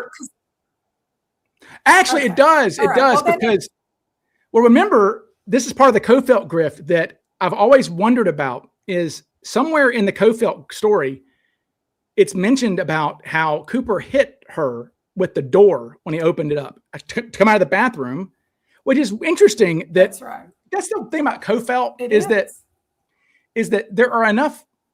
Kofelt's not Cooper, but whoever wrote that stuff, talked to enough people to where they kind of got a good idea of things. Like somehow they knew that Cooper went to the bathroom. That comes from Tina or Flo. Has to. And I'd assume that it comes from Tina. Because I mean, but in the 302, it makes it sound like Flo was hit by the door when Cooper came out of the bathroom. Like she was like, oh crap, there he is. You know, I don't buy that, but it's all redacted. So it's like, it just says was hit by the door when he came out. Yeah, it's a line that says he was hit. Or it says that redacted was hit by the bathroom door as the hijacker emerged. That's all it says. And the rest of it's redacted. I'm like, what is this in reference to? I don't know. So, but yeah, that 302 back by the bathroom. Well, and remember they asked Tina. It's kind of me and Broer kind of played with the words on the redaction. But if you remember in the Kofelt story, see in that horrid Hustler magazine article, right? It's somehow like, you know, Cooper's like groping her a little bit and stuff and touching her and, you know, her butt or whatever. And they asked Tina that in the FBI files, right? It's heavily redacted, but you can tell she says something like, this would have been the only time he would have been able to do that to me. And he didn't do it. So I think they're asking her about that. Like, when would he have been able to smack your butt, basically? And I think she's saying this would have been the only time when I went up to initially go get the money and he didn't do it then. So I don't, you know, it's redacted, but it's in there. So, but, go ahead. Holding a briefcase like a pizza box to me draws attention because that is not the normal way that you would hold a briefcase. So now remember though, let's remember though, that when Cooper goes to the bathroom, the passengers have already been moved up to ahead, right? So the closest person is going to be row 15. So there's 3 rows between the bathroom and where the next person is. Remember, Flo is standing there and in the middle of the aisle the whole time. And even Gregory, you know, Flo tells Gregory, don't look back at him, you know, which is like Flo's kind of giving away some secrets there, right? Because Flo tells Gregory says that one of the flight attendants told me, don't look back at him. You know, don't look to the back. And so that's Flo. That's obviously Flo talking to Gregory, standing at row 15, which is where Gregory was. So that's Flo telling him, you know, don't look back. Because Gregory says the only times he saw Cooper, he says, I saw him on the way to the bathroom one time when he didn't have his glasses on, which means Gregory must have gone to the bathroom before the plane took off, right? Because Gregory must have gone to the bathroom during drink service because Cooper didn't have his glasses on yet. Then he says the second time was when I was getting my coat after the plane landed. So I think that's when Flo would have been like, oh, don't look back there, you know. Sure, yeah. Well, then how did Nancy see him come out of the restroom if she was up front looking straight Nancy's out? row 15 also. And I think Nancy my guess is that a lot of the passengers had stood up at this point, right? Because they're on the ground. I think some of the passengers stood up. Yeah, I could see Nancy like looking back to see a guy. Oh, she's probably like, there's somebody back there. Because like it would be kind of weird that the last 3 rows are empty. I would think. Yes, and everybody has to move up. My head would have been on a swivel, wondering what was going on. So what was he doing in the bathroom? Peeing. Was it the usual thing you go for, or was he doing something in that briefcase? I mean, I think he was going to the bathroom. And why did he wait till they were on the ground? I mean, doesn't it seem like you're in a very vulnerable position being in that bathroom? He could have opened that door and there could have been somebody on the other side with a gun in his face. Yeah, it would have been a safer bathroom trip at any point when they were circling, I guess. Right. Because I looked up, that there's that awesome, like blow by blow that somebody did a long time ago. One of those old time guys who were in the drop zone and stuff that literally says minute by minute. That's on my website. Sluggo did that, but Chris Cunningham did a way more detailed deep dive. That's on my website, nordjack.org. People can go. Well, there's literally like 4 minutes between they land and it's reported from the cockpit that he's in the bathroom. So, right. I mean, the minute they landed, he's running into the bathroom. And that's interesting too, because I'm wondering well, what's interesting, Pat, that you mentioned that. Actually, it's funny how the things you don't think about until I had not thought about it. So when they land, people, Cooper says, go get the money first. He says, bring the money on first, is what Cooper says. And he tells Tina, I'm going to go to the bathroom for a few minutes. And she goes, while you're out there. And she goes, okay. And she says that by the time that she came back, he was already back in his seat. So, but my question is, who told the pilots that he was in the bathroom? Did Tina, when Tina was walking out when Tina was up there, about to walk out the front door, did she go, he's in the bathroom? I mean, somebody told them that, I guess. Maybe. I mean, probably Tina. But, I guess. Do you see how there's literally they're landing and he's running? I'm thinking, was he waiting for some reason until they were on the ground, which might lend itself to some sort of radio or something transmission that he didn't think would work when they were airborne. I don't know. I can't think of why you would put yourself in the position to wait to use the bathroom. If you had to go at 5 o'clock, you had to go at 4:55. Why he just didn't go in there before that makes no sense. I don't know.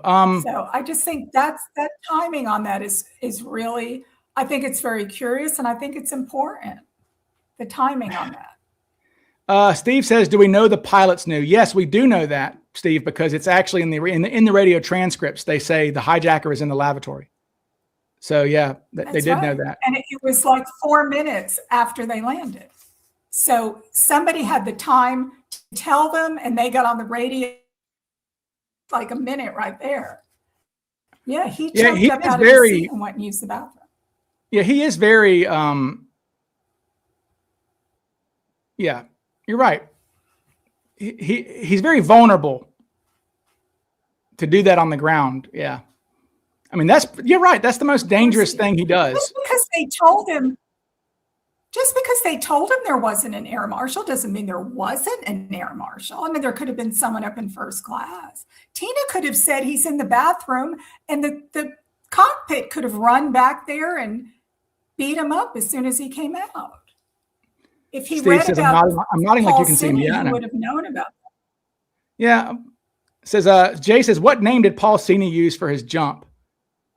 I don't think he used an alias. I don't know. I did a 10,000 word essay on Cini that is not, I was going to put it in my book, but it's way too big. I may have to get it published in a magazine or something, but no, I don't think he used a alias. Paul Cini was not a clever hijacker.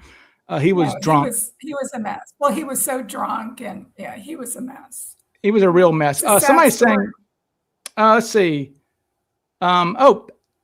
Super chat for $10. Thank you so much. I really appreciate you, Aaron. Aaron says, love your work. DB Cooper sleuth videos are my new driving entertainment and day off binge watching. Thank you. You know, that's why I go long on these, because I like listening to things when I'm just doing chores and stuff. So I'm glad to give enough content. Did Paul Cini wear glasses? No. There was a question. Jay says, hey, Ryan and Pat, is it possible the clock used for the time of the jump was slow or fast? A few minutes makes a huge difference. They triangulated. I'm not sure what they did, but basically they were able to, essentially we've got multiple people, Jay, handwriting the time. So we have people at Northwest Airlines who were like listening in, and they would like, whenever something would happen, whenever a communication would happen, they would look up at a clock and write down when it's happening. And so they've got that. Then the air traffic control obviously has very precise, I guess timing. You would think, let's hope. I mean, it's down to the very second. Well, it's down to it's down to like the 10th of a second, even in the 302. Yeah, so it has to be. Yeah, it's close enough to where it's within a minute, I would think, of accuracy. I would think it would have to be very close. Mary says that Mary's with you, Pat. Mary says, I don't think Cooper was just using the restroom. At the very least, he got the mystery bag out, maybe from an inner pocket. Now that's true. There's nope, Mary, I got you. I got you, Mary. Okay. Okay. Now Mary's a BFF Cooperite. Sorry, I called you Cooperite again, Mary. Sorry. A Cooper researcher, but she says maybe he got it from an inner pocket of the attaché case. The reason that's not true is because Bill spotted the bag too, right? And by then Bill had moved up to first class by the time that he goes to the bathroom. So if Bill sees the bag, then the bag was out of the briefcase while Bill was back there sitting. So that doesn't work. But that's a good thought. But yeah, I was thinking, I was like, that might be true. I do think I am very, because look, people saw Cooper walking through the airport. When Cooper's walking around the airport, Cooper is looking like this, right? I mean, he's carrying a briefcase, right? Nobody is seeing Cooper with a bag. Okay, anybody who saw Cooper walking around, nobody saw Cooper in the airport. That's the whole point. Nobody saw him. Yeah, but Hal Williams mentioned the briefcase. I'm just saying that Hal Williams doesn't mention a bag. Flo doesn't mention a bag. I know he was not seen by anyone until he went up to the ticket counter. I'm just saying, I think that his bag. Before that. I'm saying I think that his bag was inside the. I do think Mary's partially right. I do think the bag was in the briefcase originally. To me, that makes the most sense. Well, what could fit in the briefcase with all that other stuff? Briefcases are not that big. Remember, they said it was an inexpensive looking case. Those were not those nice, thick, almost like suitcasey looking leather things. This would have been one of those cheap black plasticky looking things. Well, but it says that. Even says it's imitation leather, they thought. I think that's what I mean. I remember those briefcases. So what could he possibly? And people are like, well, so the stuff didn't move around. Well, I've always just assumed that he taped the battery and the fake dynamite, whatever it was, that you just put some more duct tape on it and just placed it in there. That wasn't. I just assumed that. I mean, I never really. That's why I'm excited about. So I have a guy who is actually contacted me. He is a ordnance guy. Okay. Which is a bomb maker type of guy for the military or whatever he was in the day. I think he was a bomb guy back in the day, but I think as a hobby, I think he still can, plays around with things. And he was saying that he says, Ryan, I've noticed that you've never shown a briefcase on your item of things. He says, could I make you a super accurate replica as best as I can? I will buy the briefcase from this. I will get it on eBay from the 60s. I will get the fake dynamite. I'll do everything. I'll put it together exactly as I would, exactly as Tina says it. And I said, sure, man. He says, I'll mail it to you. And I said, okay. So I'm going to get sure enough I'll be careful to open it. I'll open it somewhere else. Yeah. I'll open it with a stick through a door. Make sure nothing. I don't know about this. I think that's going to be confiscated at the UPS terminal. I know. I don't know about that, but no, I remember boys in school had these black cases. They were definitely plasticky looking, and you can find them online, but they really weren't that big. They'd put their books in them and stuff. I think that's what Cooper had. Yeah. So but you'll find out when you get it in the mail. Yeah. See, where is it? Mary was saying when the passengers got moved up, they weren't moved to first class. Were they just a bit further? No, we've got a couple instances where I'm not sure who it was. It might be Bill who said that one of the stewardesses was like, there's open seats in first class. Why don't you move up there? Basically that was the incentive to get them up there. Now I think that, we know that Michael Cooper sat next to Feingold, and Feingold was not in first class. Feingold was row 5, which is Feingold was the first row of coach, I guess, next to first class. So they moved up enough. But Bill mentions them saying something like, we have open seats in first class if you'd like to move up. And that's when Bill goes, I don't think so. I'm fine here. And they're like, you really need to go. And Bill tells the story. He says, I kept saying, I'm good, lady, and eventually he says that the way that the stewardess looked at him, he was like, okay. She was probably like, please, she said he gave him a very odd look. Like she was pleading almost like, look, you really need to do this. And so he did. Yeah. Let's see. Double-sided people. But basically I am getting a briefcase, and I do want to do more. I guess it's called experimental archaeology. Maybe I'm not sure there's a name for it, but basically I want to make videos where I try to put the parachute on, and you can see me put it on and try to tie that to myself. Like, how would I do that? Like I would, and that kind of stuff can teach you a lot, right? I've been saying if we actually reenacted this from everything we think we know from the time he got, it would not make sense. Oh, you're right. If we went by the 302s about how there's no way that note got passed when they said it did. Why would he pass the note? I just flew a couple weeks ago. They stop. They taxi away right from the gate, or here they were on the tarmac. They stop before they get permission to take off. Why would you pass the note when they could have still aborted the flight, I think? But he did. But why did he? I don't know. But he did, though. I mean, Flo says, she says, as we were taxiing to the runway. Timeline of all this stuff. Flo says that she was sitting in her seat when he gave her the note. She was sitting in her jump seat already. And when he leaned over, and which tells me that's interesting too, that he must have also been sitting in the aisle seat at the time. Because I've played around enough with like making my AI videos. One thing you do is you have to construct a very accurate. Let me show you the port side, Cooper. So here we go. You have to construct a very accurate replica to use for your AI videos, right? And this is accurate as I can get. The back of the plane there.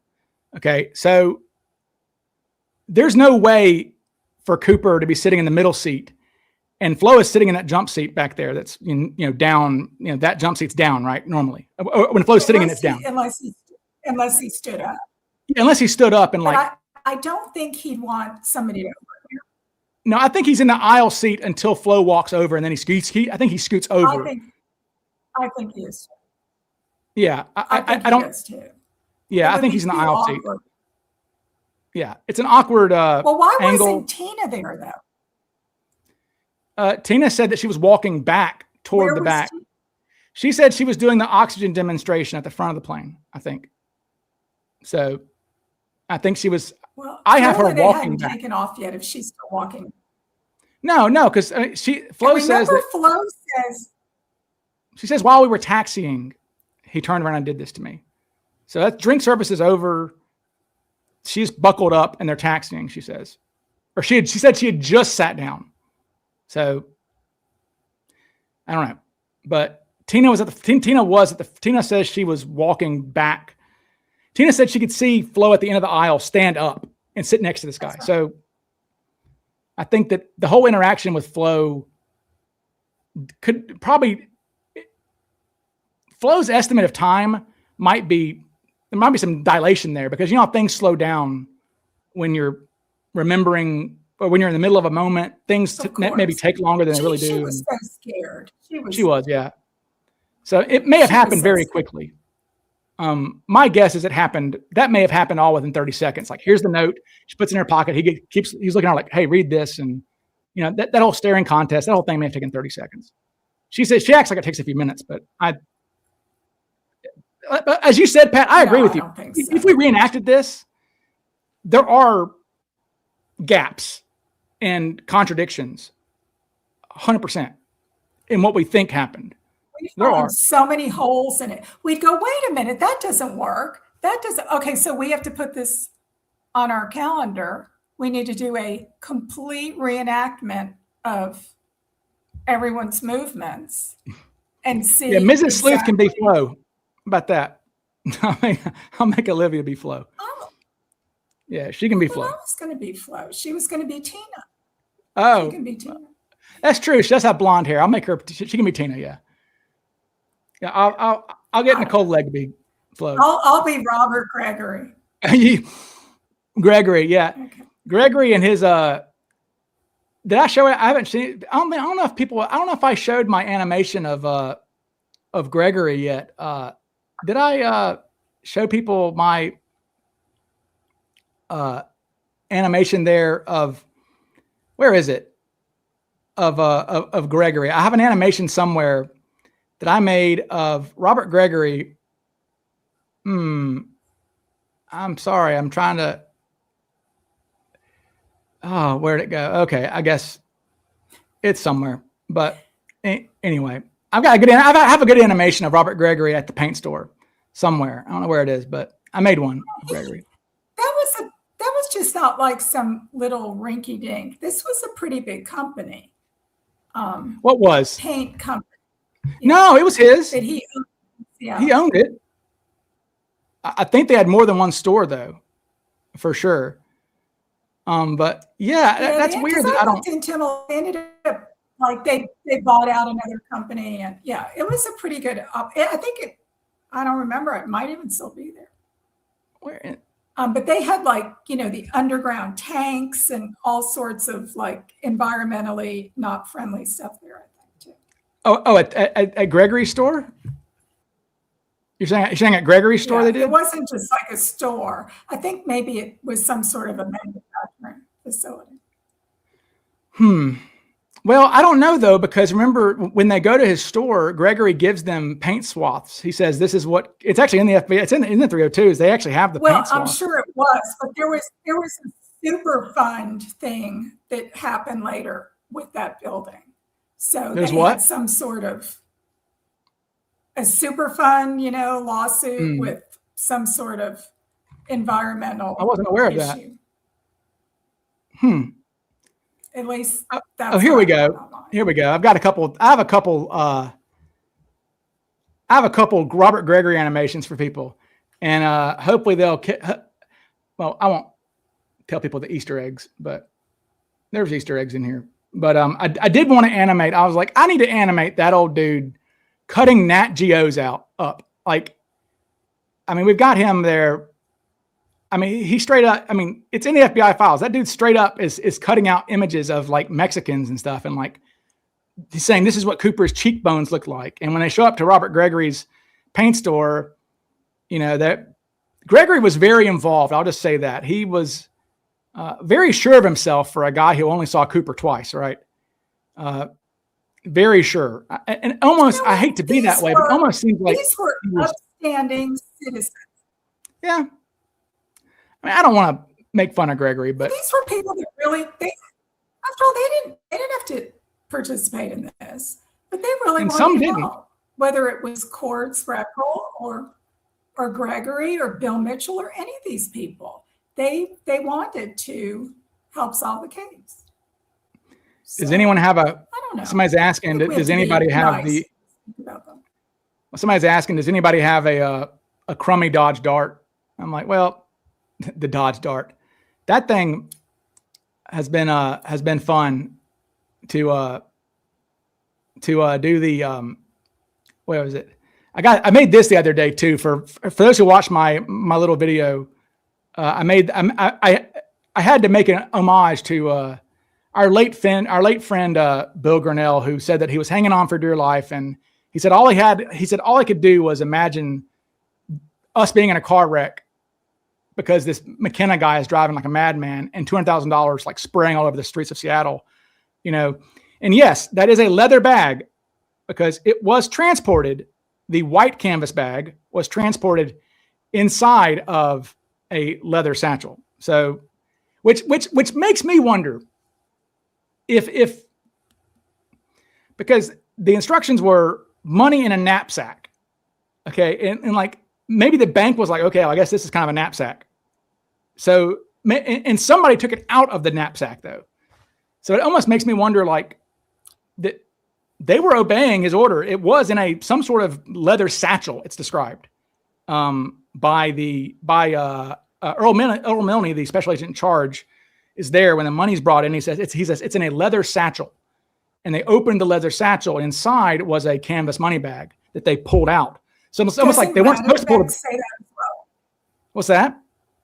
I think Radicek also said later that the money was brought. He does in a sort of leather bag. That obviously, I think that Radicek does say a leather satchel. And I think he's obviously just relating what he overheard on the radio because nobody ever, I mean, they never see the money on board. Exactly. Yeah. I think they're just seeing how it's being transported. It's in a leather bag or whatever. But yeah, somebody took the money out of the bag and they weren't supposed to, I think. I think that was Cooper's knapsack. I think this is Cooper's knapsack that Bill Grinnell's holding. But well, let's think about it. The people at the bank were not, I doubt, were privy to this whole thing about the parachutes. So they probably thought this is some extortionist who wanted the money in some sort of bag without really thinking about he needed to wear it on his front because he was going to jump out of a plane. Right. I mean, they probably didn't know that, right? So when he said knapsack, okay, we don't have a knapsack at the bank. This is as good as we can do.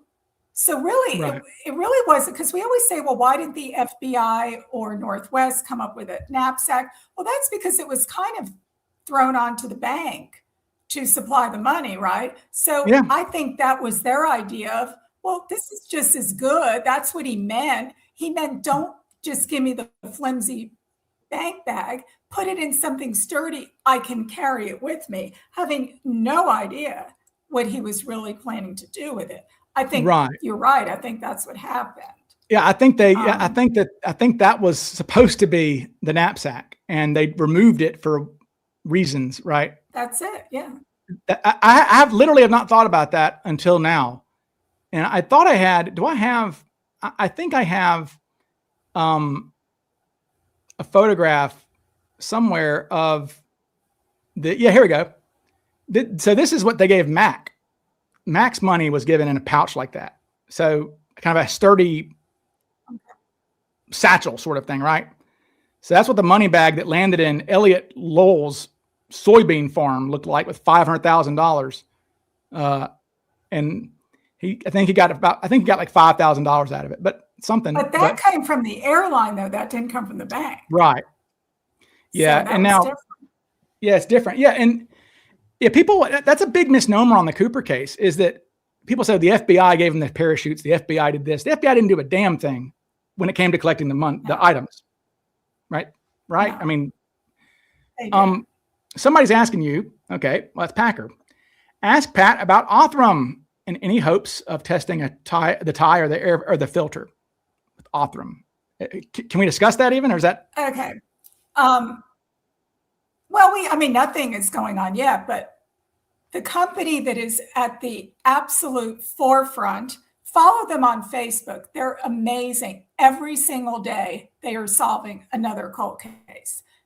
All these creepy people thought they got away with these murders all these years. They're also identifying bodies that, have been found years ago that were never identified. They're in the Houston area in Texas. Okay. Well, the only way we're ever going to solve this is DNA. Okay. Everybody knows I tried to get access to those shroud lines with the parachute. The problem is the FBI has the parachute. All right. Oops. That's our problem. But Tom Kay, as we know, back with the Citizen Sleuths like 15 years ago, he vacuumed the tie when he was able to go over and have access to it. Well, he has those filters still. Okay. So Tom has said you can't have the filters because it's going to ruin whatever DNA is in there. Well, anyway, Othram And Nikki really knows way more about this than I do. And he's done a really good job on all this stuff. The problem has always been there's a bunch of different DNA all on top of each other. So separating those out has been impossible. Now it's not impossible. And they're able to separate out, my understanding is at least 5 different DNAs. So our plan, Tom has agreed. Tom has been looking at some of the scientific papers that have been done by this company, and he agreed that it sounded really promising. So our plan is to I've already contacted them once. I didn't think I would get an answer, but I just thought I'd kind of put the bug in their ear and really do a full court press of, look, we can raise the money. We have this filter. It's been preserved. Tom has done a good job at keeping it where it needs to be. Can they test it? And how many samples? Now, is this a long shot? Obviously, because a lot of people touch this. It's been almost 55 years. The DNA might be just degraded. Probably not. But we don't have anything else. So to me, it was worth a try. So Nikki and I are working on that together. So and stay tuned. Stay tuned for DNA. And speaking of, Tom has another. So now we got 2 peer-reviewed articles. Tom has a peer-reviewed article in Nature about the diatoms, and Tom announced today. I will read the Facebook post he made. Let me find this Facebook post. Tom says, happy to announce that our scientific paper on the Ti particles has been peer-reviewed and accepted for publication in the Journal of Forensic Science. This is one of the highest rated journals in the forensics world, so it's a nice achievement. Thanks again to Macron for making it happen. They are telling us it will be available online in about 21 days, and it cannot be released before that, so please don't ask. It will include the full most recent data set for you all to chew on. And by the way, let me correct myself. And it's funny, like I knew this. Cini did have an alias. It was Dennis Monroe. So Dennis Monroe, Munro. And Chris Brower messaged me and said, wasn't it Dennis Monroe? I'm like, literally like the first. Oh, there must be a Dennis Monroe comic book somewhere, right? That's where you got it from. I think that, honestly, that was his cousin's name. I said there must be a Dennis Monroe comic book. That's where he well, it's even worse than that. Tom it was his cousin's name. Paper is just more excellent ammunition when we do go to this company and say, look, this isn't a bunch of goofy people like us who are just playing around and we don't know what we're doing. These are people who actually are appearing in these prestigious journals, the very same people who took this sample. So I think that's like a really big plus for us going forward, that these things are being recognized as being legitimate science. But back on the comic book, I really liked what you said on that pyramid thing or iceberg or whatever it was about that. Perhaps Cooper read about it as a kid in that 1930s comic book. Right.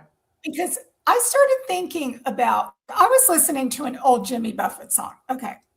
Stay with me. There's a song where he mentions Andy Devine. Okay, who the heck knows who Andy Devine was? He was Roy Rogers' sidekick in some movies, way before any of our times, right? But to me, it's Cooper's mindset on the plane. He was using all that, language, gangster like talk. He was a gangster, you'll never take me alive, all this kind of stuff. I think it's human nature. I know about popular culture in 2026, but you are never going to hear me say, I know what Kim Kardashian said today. I don't care. I'm going to relate to something from when I was young, because that's when I really cared about. So I think him relating to something from the 30s when he was a kid makes way more sense than he was maybe in the army and maybe he was somewhere they spoke French or whatever. I think that's more. Well, I can just see. Yeah, perhaps. Relating and it's also to. yeah, it's possible. Yeah, because and especially like I said, if the character's name was Dan Cooper, that's one thing. But if you actually read that article, it's straight up. It's a literary device. Dan Cooper. It is Dan Cooper did this. Dan Cooper did that.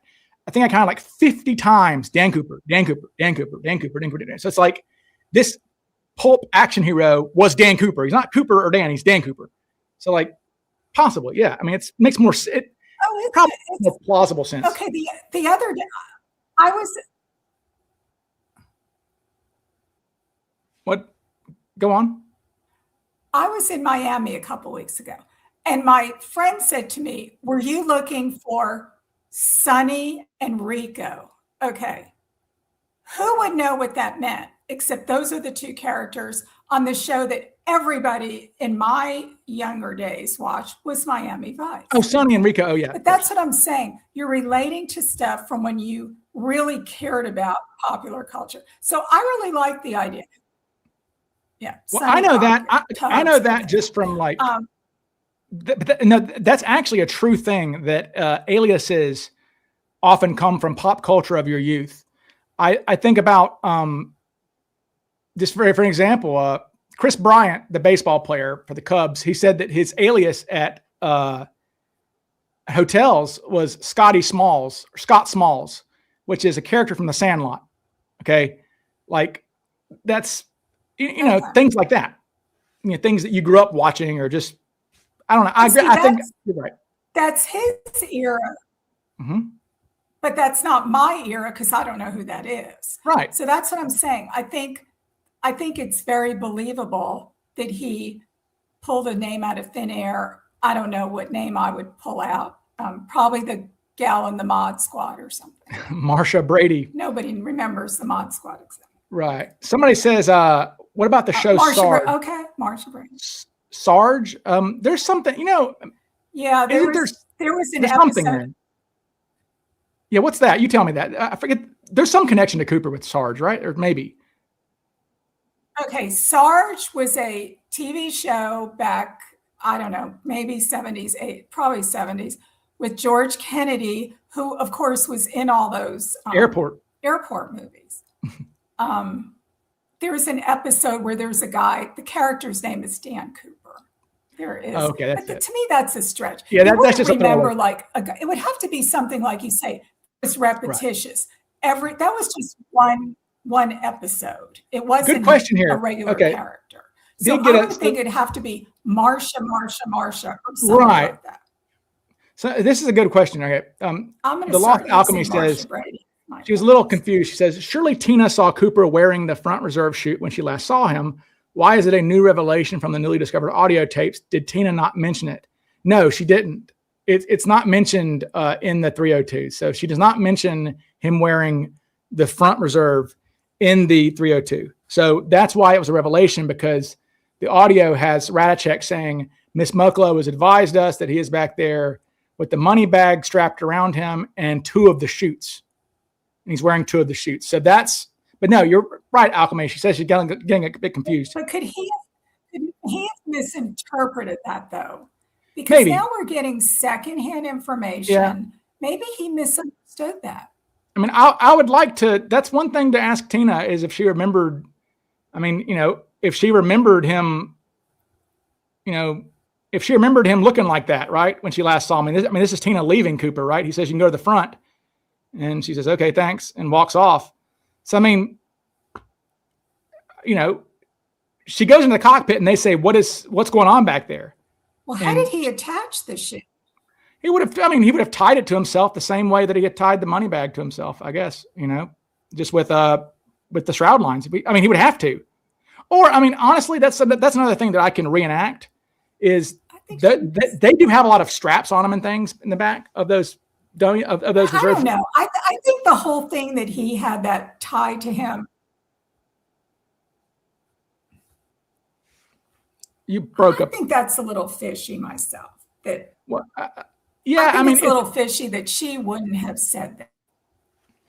Yeah, I mean, it seems like no. Mr. Bag saying she's saying did Mr. Bag saying did she confuse the money bag with the parachutes? No, I don't think so because she says she has the money bag around him and two of the chutes. But Mary's right. It could have been Radicek might have confused. Right. I mean, possibly that it does stink that she doesn't mention him wearing the front reserve to the FBI ever. So I would prefer it that way. And I think after all, she was interviewed, then she was interviewed again. Yeah. I would much prefer, it's a lot easier for me to say that Cooper just booted the thing off the back of the plane. I think, well, like you said, the money was.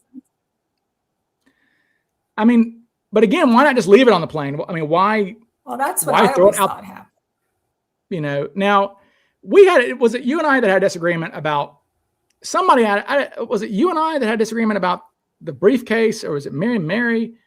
Like somebody was arguing with me in a fine one, not an argument, but like somebody was debating me or discussing with me about Cooper taking the briefcase. Like they're like, Cooper definitely took the briefcase. I'm like, I think he tossed it. And they're saying that he probably took it with him. What is your take on that? It wasn't me who was arguing. I think he threw it out, but that's just my feeling. But okay, that's what I would have done. I would have ripped the insides out, thrown that out first, waited a minute, and then so it was not found together. Okay, so that's what I would have done. And that's what I think he did. And because again, it's like people get tired of me mentioning the copycats, but it's like we don't have any other analogs. So it's a data point that we've got. And again, humans are humans. Humans will do things the same way generally, okay? And we know because the copycats did the same things the same way. So probably Cooper did too. I mean, unless Cooper's a complete anomaly, but we know that Mac, I know for a fact that Mac and McCoy piecemeal threw out things out the back of the plane to keep them from being found together, okay? So like Mac did toss this, then Mac would wait and toss this, and then toss this. So like, I agree with you, Pat. I think that it would make sense if he just like takes his flares or whatever they were and toss them. Then he tosses the battery. Then he tosses the briefcase. I mean, because if somebody finds a briefcase in the woods 10 years later, it's just a briefcase that got smashed from somewhere. I mean, they're not going to. Or if they find flares, or if they find a battery, or if they found a flare, or whatever it is. I think Cooper was unaerodynamic enough already to not tie another thing to just because we. Go ahead. Yeah, I don't know why he'd take that briefcase, but then I don't know why he took back the matchbook. So I don't know. Yeah, I don't know how paranoid he was. I don't know. Yeah, Mary has the right idea. She says taking the briefcase would be an awful lot stuff again. Awful lot to carry, but it looks cool in the artworks of Cooper jumping. Yeah, it does. I mean, he's holding a briefcase, but like, it would just be too much for him to carry. I think. I don't see that. Okay, Pat, do you think? That's why I think tying the reserve chute would be too much too. Yeah, I mean, I agree. It's just like, why is that? Why even do that? So do you think that he said, so I am team brain fart when it comes to the tie. Where do you come on him leaving the tie? You froze there, Pat. Did we lose Pat? Okay, we lost Pat. Pat, come back when you're there. She is. Uh-oh. Are you there? Here I am. Uh-oh, we lost you for a second. Did you hear my question? I can see myself. Okay. Okay. I was saying I am team brain fart on the tie. You're cutting out kind of. So can you put the question on, do you have the question on the screen or? No, this is a question for you, from me. I am team brain fart on the tie, meaning I think Cooper brain farted and left the tie there. Do you think he brain farted, or do you think he left it on there on purpose? Okay. Uh-oh. Pat. I don't think it was, I'll show them that I'm leaving my old life behind. I don't think it was anything like that. I think he didn't care about that tie and he just threw it. Again, it doesn't make sense he took the matchbooks, but then he didn't take the cigarette butts. No, I don't think, because there was that white headrest cloth. if that tie was laying over, it's a black tie. I don't know how you would have missed that. When you leave a plane, they say, look around and make sure you have everything, right? I just don't think he was back there by himself for quite a while after Tina went up front, like 20 minutes. He would have looked around. I mean, he just went, oops. I think that tie wasn't his. I mean, I really do. I think he got that from somewhere. I just don't think that tie was his for the life of the tie.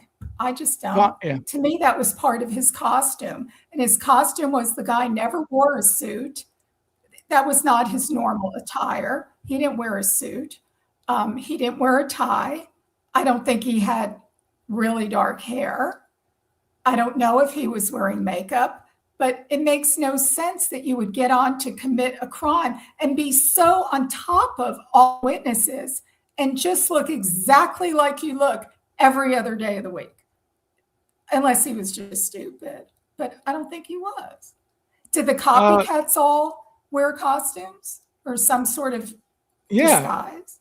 Okay. Well, I mean, McCoy did not wear that sort of crazy outfit during his daily life. Mac bought a new pair of shoes and Mac wore an old suit. Mac did not wear suits. Heineman probably is a suit wearer. Actually, I'm pretty sure he was because people saw him walking around in a suit in New York and all these places. And he was an older guy. LaPointe was just wearing his blue jeans and a shirt, so he wasn't even trying to be disguised. Here's a question. Max is asking, who was more calm, LaPointe or Mac? Equal. LaPointe, there's no indication of LaPointe ever being aggressive or ugly or anything like that. Of all of them, the only one who seemed to get aggressive is McCoy. Well, I'm sorry. I'm dead wrong on that. Sorry. Dead wrong. Sorry. The worst is who we're working to get to CooperCon this year is Hetty.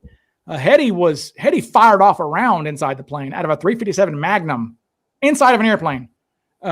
So now it was on the ground, granted, but him firing that gun freaked one of the stewardesses out. And I think she goes tearing off. I think she ran away. I literally think that I'm quite certain of that one of Hetty's stewardesses literally just took off running and like jumped out the plane somehow ran away from him and like in terror.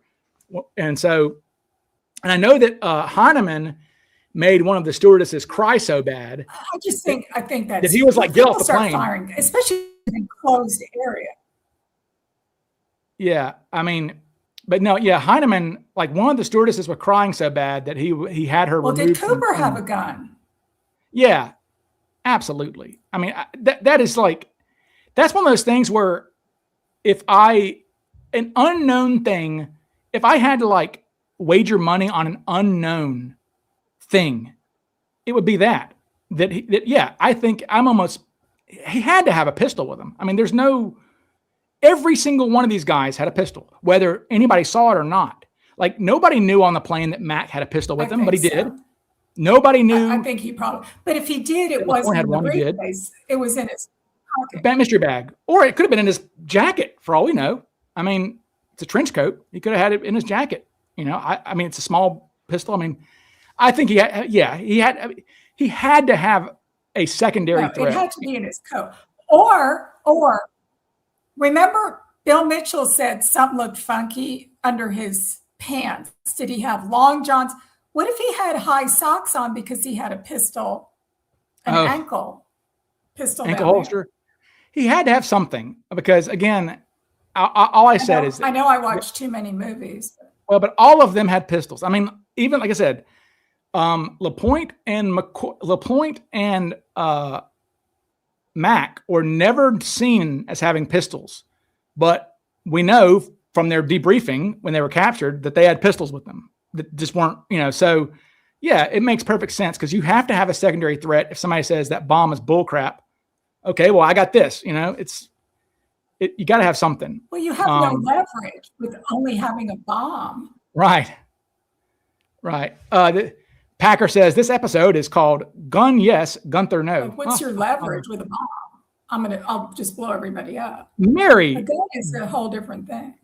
is that true? Okay, I've seen that Flow article is so discombobulated and crazy. Mary says in the interview where Flo suggested Cooper wore makeup, she said he threatened her with a gun. Right? It's like, come on. I mean, Flo is just. I don't want to speak ill of her. She's alive, but she seems a bit flaky with her memory. I think she likes to dramatize her involvement in it a little bit, or did when she was younger. Just my take on it. What do you think? For people who don't know, recently someone uncovered an article from 1986 from the Salt Lake City Herald, or Salt Lake City Tribune, whatever it was, interviewing Flo at a bar there called D.B. Cooper's. And in that is when she said he was wearing makeup and he had a gun. It wasn't a very long article, but it was something that really nobody had ever seen before. So I actually reached out to the lady who wrote the article, and she was nice enough to respond. And she is a very respected, recently retired journalist. A Washington Post, I think. Every People just a lot of different popular publications. And she said that the office for the newspaper was right around the corner from this bar. And they used to go there all the time, the people at the office. And so someone who worked there alerted them that, hey, did you know one of the stewardesses from the D.B. Cooper flight came in here? So anyway, that's how the interview happened. She told me she recorded all of her interviews. She doesn't still have it, but again, she would be able to play it back writing the article. So there was nothing about it that was at all questionable. Flo really did say that. So why she said that, I don't know. Jocko is saying if Flo said that at a bar, she might have been tipsy. No, it's not it's a. And the makeup thing. It's not a bar. Has been corroborated by another person. I mean, maybe. The problem with, I am some kind of a watering hole in Salt Lake City. Somebody's saying we need to see Mr. Sleuth's impersonation of Flo when he said she's acting suspicious. Yeah, she was just like, and he was suspicious of everything. Like, she's so dramatic. I love it. I love Flo's retelling of it. He became very suspicious. But then fast forward several years, Flo was interviewed by an attorney that we know who it is. And he told me himself that Flo also said Cooper was either wearing makeup, there was something dripping down the side of his face. It was either makeup or hair dye. And that was maybe 15 years ago. So you go from 1986 to 2010 or whatever. That's a big period of time. She's repeating the same story. I hate to be this way. Is it true? I don't know. But no, it's not. I have verified it with both these people, and I believe that that's what she told them. I believe she said that, but I don't believe it's true because Flo says obviously wrong things throughout that article. She did. That are obviously factually wrong. We know. So, and again, if Cooper's wearing makeup, they would have mentioned that at some point. That's such an odd thing to say. That would be an odd thing to omit to the FBI, and they never mentioned it to the FBI. In fact, they say he wasn't wearing makeup, or they didn't think he was wearing makeup, and he wasn't wearing a wig. I mean, we've got, Alice saying, I wear wigs, and I can tell you Cooper wasn't wearing a wig. The FBI said that the crew said he wasn't wearing a disguise. So that's a little bit different. But again, if they were, I don't know what any of this means other than it is interesting after all these years, we're still uncovering things. Well, we're uncovering 40-year-old memories that are embellished or forgotten. That's why I mean, it's like, I have to stick. There's a reason why I am so obsessed with like the 302s from the night, because these people, when they're giving these interviews, when Flo is in there, she has no reason to embellish. She has no reason to lie, because for all she knows, when Flo is sitting there, telling her story, when Flo is sitting there describing, what happened, on the plane to the FBI, I mean, for all she knows, they're going to bust through the door and say, we got him. We got him. She didn't know it was going to last 50 years. So like, she has no reason to embellish anything when it could be, for all I assume, again, nobody had ever, this activity had a 0% success rate. If Flo would have known this, right? So, I mean, for all she knows, they were going to walk in and say, we got the guy. Flo is sitting here telling them all this stuff, here in this, on her couch there in the lounge, in the lounge there. Well, so what if they did? She could just say, I was mistaken. I was scared. I mean, all I'm saying is I'm going to believe something that she says or doesn't say. It's very naive to think that everything was written down in those 302s. Yeah, but she had so many. I mean, there are so many times when we have them commenting on suspects and he did this and he looked like this. And I mean, again, here's the kicker. Here's where I think that's bullshit that Flo says about makeup, because we have Flo herself rejecting suspects. We have her outright rejecting suspects because their skin is not dark enough. So to me, that's, she wouldn't be saying that if she thought the guy was wearing makeup. Just my thoughts. That's what I think. So she's rejecting people because they're not dark enough. I don't think he wore makeup to become a different race. I don't think that. I think if he was wearing makeup, I don't know if he was, to me, it was to cover up something. A lot of people back then, it's not like now everybody's doing plastic surgery, Botox or whatever. A lot of people had pock marks. Those were really common, that people had chicken pox or smallpox before we had vaccines and stuff. So a lot of people didn't have good skin. I could see him covering up that skin. I could see him covering up a scar. That to me makes perfect. What is more noticeable than having a big scar on your face? That would be, oh my gosh, yes, it's Scarface, Al Capone or someone. So I totally believe that. Again, I don't know if he was wearing makeup. I just think that when they did those 302s, stuff is missing out of there. Sure. It has to be. For no other reason, just human nature. Of course. That you forget. Oh, I took notes. I forgot. My notes are, I'm not with the FBI, but I look at my notes going, I don't even remember what this person said, It would be nice if we ever are able to get the actual 302s.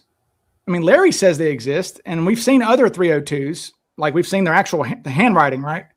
I mean, so in the files, Larry has said that maybe we'll get them maybe when they're done with the suspect files, they'll release these. Maybe that's next. But I mean, Larry has said that there are the original handwritten notes from those 302 interviews do exist in the files. So, I mean, they are FBI work product. They kept them. So, maybe there's, something, something there. Okay. Yeah. We all know that 302s are not verbatim. I just think that Flo had and they're not. So again, Flo had like 50 interactions with the FBI where she could have mentioned. It would be kind of important, but maybe it really wasn't. I don't know. All I know is that when half the things that she is saying in that article are blatant BS, then I'm going to think that's BS too. Just my opinion. But that was Flo. See, like I had a debate with Flyjack on email about this. Flyjack is still thinking that wasn't Flo. And I'm like, that's absolutely Flo. And I'll tell you why. I looked it up. Flo's husband that year. So Flo's husband was the defensive coordinator for the University of Utah football team in Salt Lake City. So Flo was living there at the time. So why would they write an article about the defensive coordinator's wife and have it be fake and bullcrap? She would sue them for that. I mean, so no, this is the real Flo. Absolutely was the real Flo. Okay, he thinks that article is not real. Yeah, he thinks that it was a fake flow. I'm like, no. She lived in that town. I'm kind of getting tired of that whole. It's kind of like when I talked to Alice, people said, "Oh, it wasn't the real Alice." Okay, because like I'm totally stupid and I couldn't figure that out. Yeah, I mean, this lady was a journalist. I mean, I don't know who's impersonating Flo. She sounds like she's some famous person. And again, the biggest giveaway to me. Everybody in this case crazy. I mean, the biggest clue. I mean, immediately the biggest clue on that to me was that they called her Flo Wheeler. I mean, how would somebody making up a story about Flo Schaffner know that she had married, know that her married name was Flo Wheeler? It's before the internet. How would they know that? They wouldn't know that. So, which is and again, name. Yeah, and again, she's the wife of the defensive coordinator for the football team there in town. I mean, okay, he's just mad because he didn't find the article. That might be true. Yeah, I mean, it's kind of coincidental, isn't it? I don't know. Oh, I don't know. It is not in the files. Yeah, doubting Thomases. It's not in the files. Oh my gosh! Is that article? It should be in the 302s. It's not in the files. Damn it. I'm glad too that the audio. I remember, I think it was Cunningham who was debating me about this because getting a tattoo that says it's not in the 302s. It's not in the 302s. But like, who is what guy? Cheer Mommy, who are we talking about? Cheer Mommy. Cheer Mommy says, who is this guy? What guy? Oh, Flyjack. Oh, he's a researcher. A good researcher. I don't mind Flyjack, but he knows I think he's a little biased. I mean, look, when you have a suspect, you cannot help but view things through that lens. That's just, and that's not bashing him as a researcher. He's a good researcher, but it's just a fact that when you have a suspect, you are going to view things in a particular way. That's all. And he does. That's just my opinion. I'd pay to see this guy interview Tina Mucklow. Well, you know what's interesting? We all have our own biases. We all have our completely different life experience. The problem is with people that have to, call each other intellectually dishonest or basically stupid. I mean, that's kind of been brought up too. It's like, well, okay, none of us have solved this case. None of us, I don't think, are going to solve the case. So let's just get that straight right here. So if I think he was wearing makeup and you don't, okay, that's fine. We'll never know because we're never going to figure this out. But the people that just have to always be right, that's a real character flaw, in my opinion. Yeah. When you cannot accept that someone else is smarter than you about something, or maybe made a better judgment. Yeah, I mean, again, to me, that's a character flaw. So yeah, it's a character I don't flaw. have that. I mean, I'll agree that you know way more than I do, but I don't know shit. I mean, all of this is it's all speculation. Well, generally, I don't pretend to know. What's her name? Joe Weber.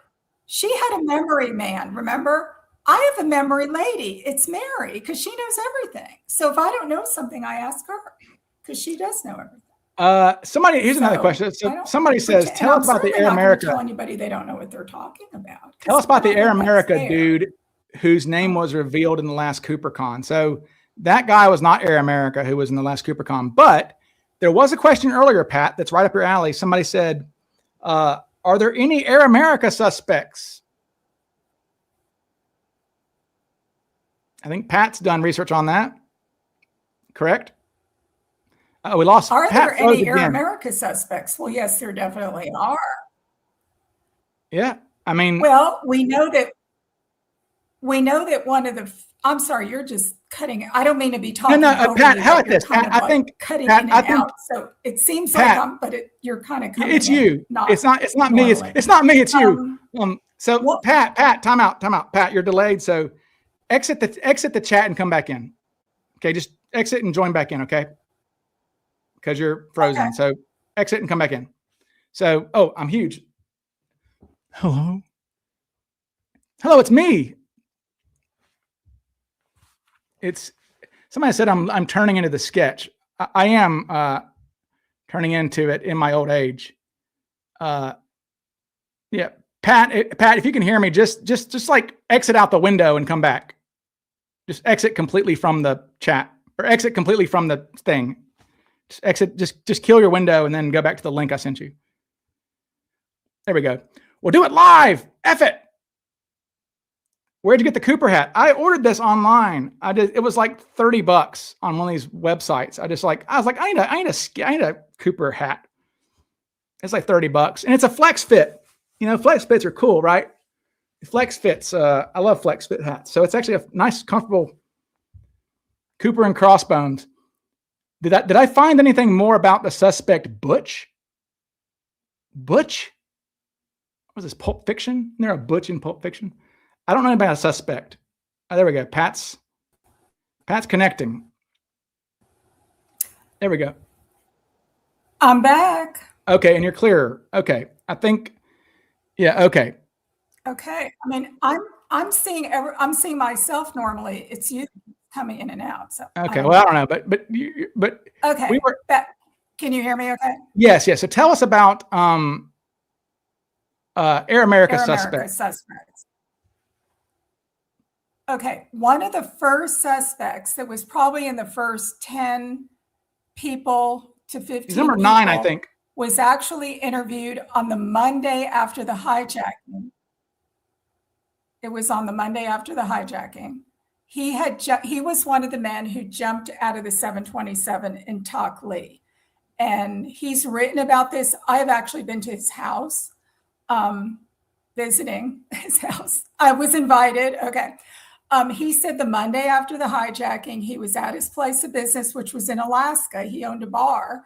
And 2 guys in black suits showed up and said, "Where were you last Wednesday?" Well, he had a really good alibi. But they had found out somehow that he had jumped out of that plane. And nobody's ever really figured out how they knew that, how the FBI knew that, because we felt fairly sure that the CIA wasn't sharing that.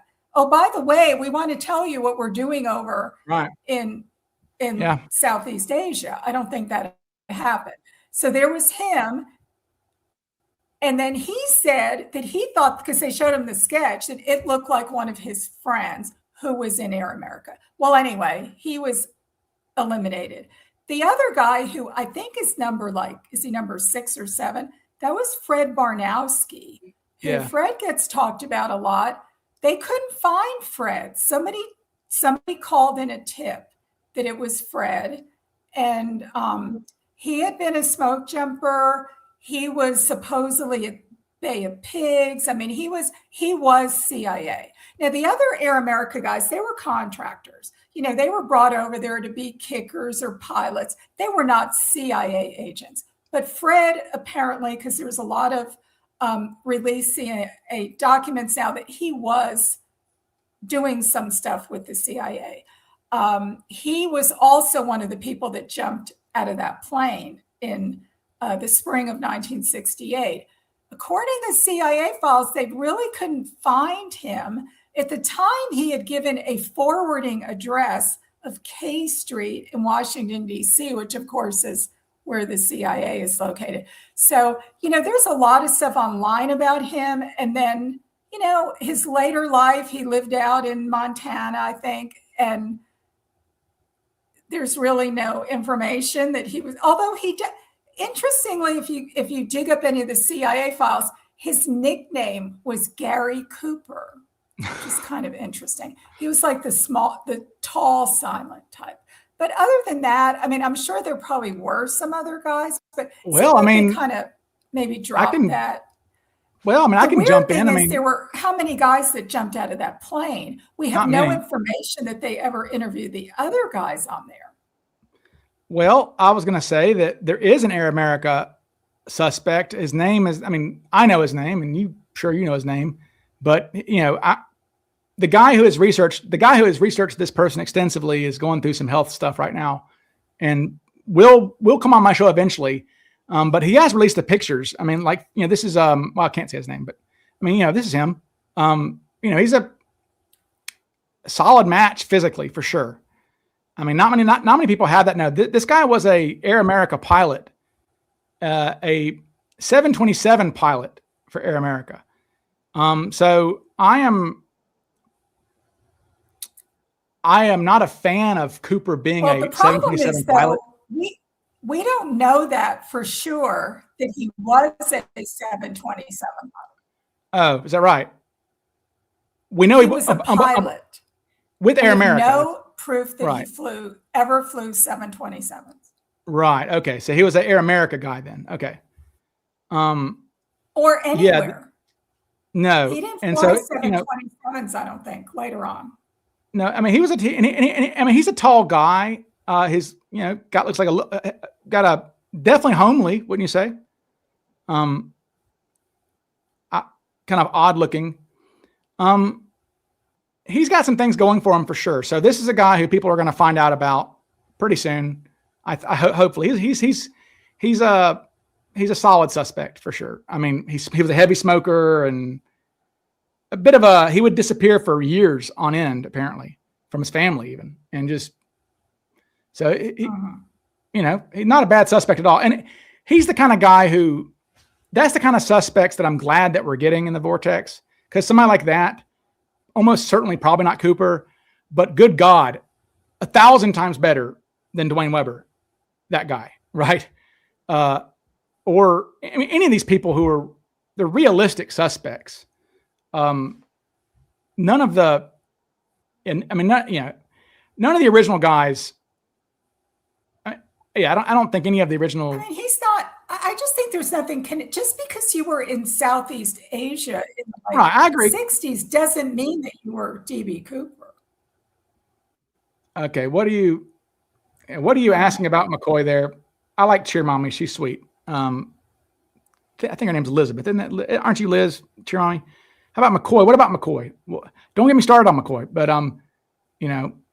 Pat, I was gonna say also,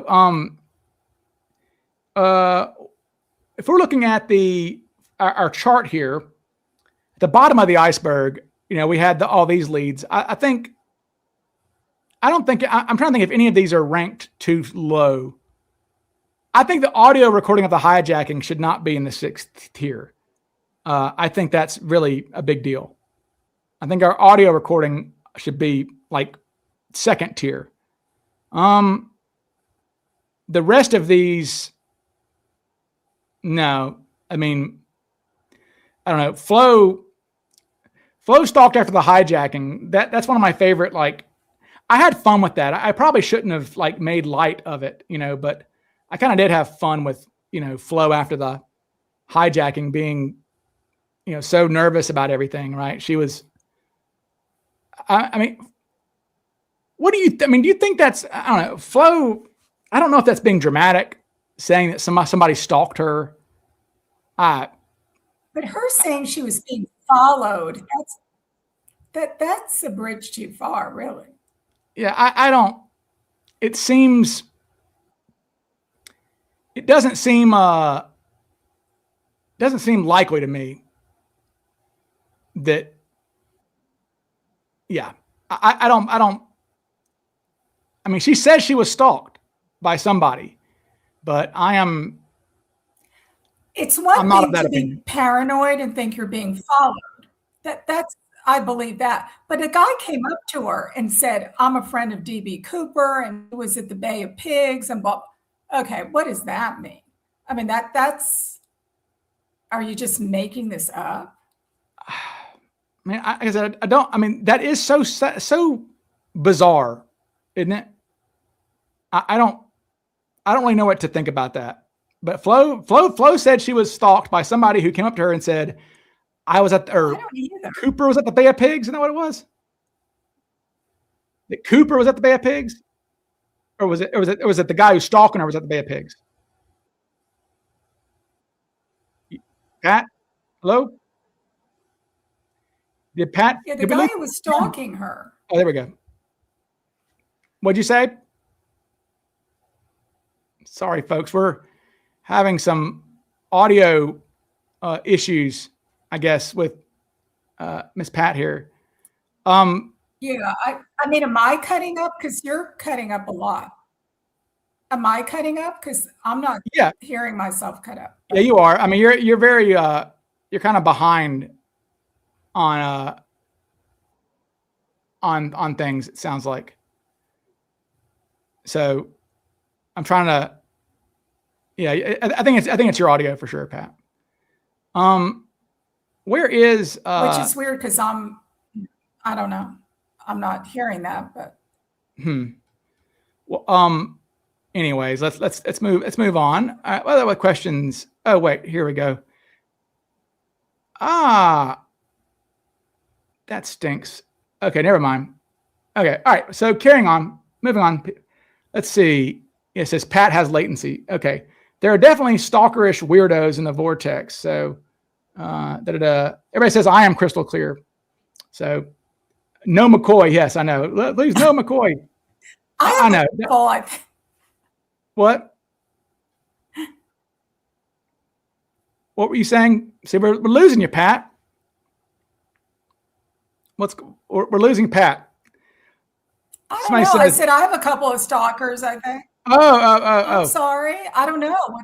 I have no explanation. Okay, here we go. A super chat from Lost Alchemy. Thank you so much. $10 super chat. That's awesome. I really, really appreciate you. Hey, Ryan, if you could choose one person connected to the case to interview for your book, who would it be? One of the stews, a passenger, or an FBI? Oh, it's Tina for sure. I mean, now, honestly, though, the reason this is the truth. I mean, the reason why that I would want to interview Tina is maybe different than what I mean, I don't think I would ask her much about the hijacking, really. I mean, what I would ask Tina about is really mundane things like, how was it when you went to go see your family? How long were you when did you go back to work? I would say, I would ask, did you know Kenny Christensen? And I guarantee you she would say yes, that she knew Kenny Christensen, because her and Kenny were on the same route. They worked the Asian route, over for Northwest. So yeah, I think that she definitely knew Kenny. I would ask her about Kenny. Here's my flow video. Finally, my flow video. But the answer to your question, Alchemy, would be Tina, just because she's so difficult to kind of track down. But I wouldn't have any. I mean, really, the only Coopery questions I would ask Tina is, I would say, was there a drag bag thing? Where'd that come from? I'd ask her about the packing cards. I doubt she remembers it, but I would ask her, I would say, Richard Tusaw says that you saw Cooper looking at cards from within the parachutes. Is that true? Because Mac is not checking packing cards, right? LaPointe's not checking I mean, if Cooper really did look at packing cards, that does speak to something. It 100% does. Yeah. So that would be a real, if we could nail that down. Here's poor Flo.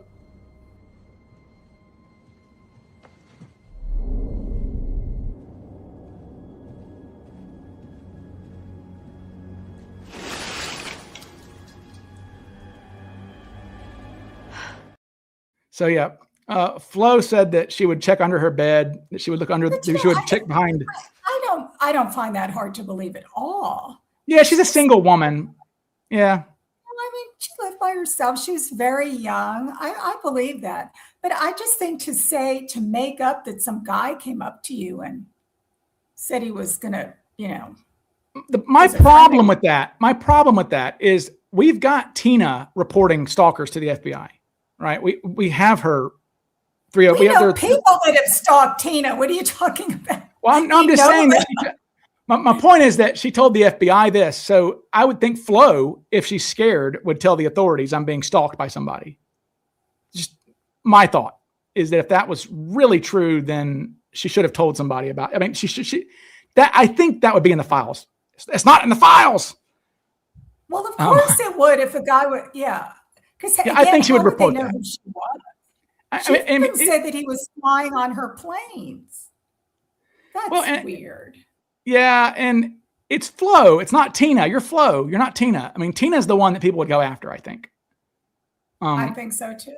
So, wow. I don't. But okay, I'm not saying she made this up. I don't know if she did or not. But if she did, boy, that sure blows your credibility on a lot of other things. That's the problem. I mean, then what do you believe? If someone is capable of completely fabricating some kind of story, to me, then their credibility is kind of shot. Well, I guess the reason why the 302s contradict a few times, but it's mainly about, like, for example, Tina said that Alice came back to get her purse. And we definitely know that was Flo. I mean, 100%, because Flo says it herself in her 302. I went back to get my purse. So, I mean, that's a mistake. We got Tina saying we have Tina saying it was Alice who did that. But that's, but their stories all jive together. And these were given independently, these interviews. They all, you always separate eyewitnesses, right, to collect interviews separately. Sure. Yeah, as you do. But Ryan, if Flo had PTSD and gaps in her memory, she could have heard Tina was stalked and thought she was stalked. You know what I mean? Well, Flo and Tina didn't know each other very well. And Flo moves to Frontier Airlines in spring of 72. That's a weird thing too. Flo is not with Northwest for much longer. And I don't know if that had anything to do with the hijacking. Or if she just wanted to move somewhere where it wasn't so cold, being from Arkansas. I don't know. But if Flo moves to Denver and starts flying for Frontier. And so I don't think she would know that Tina was stalked. I mean, these people weren't best friends or anything, right? And I don't think these ladies really, I don't think Alice had anything to do with any of them after. No. I don't think she did. So I don't think they interacted at all, really.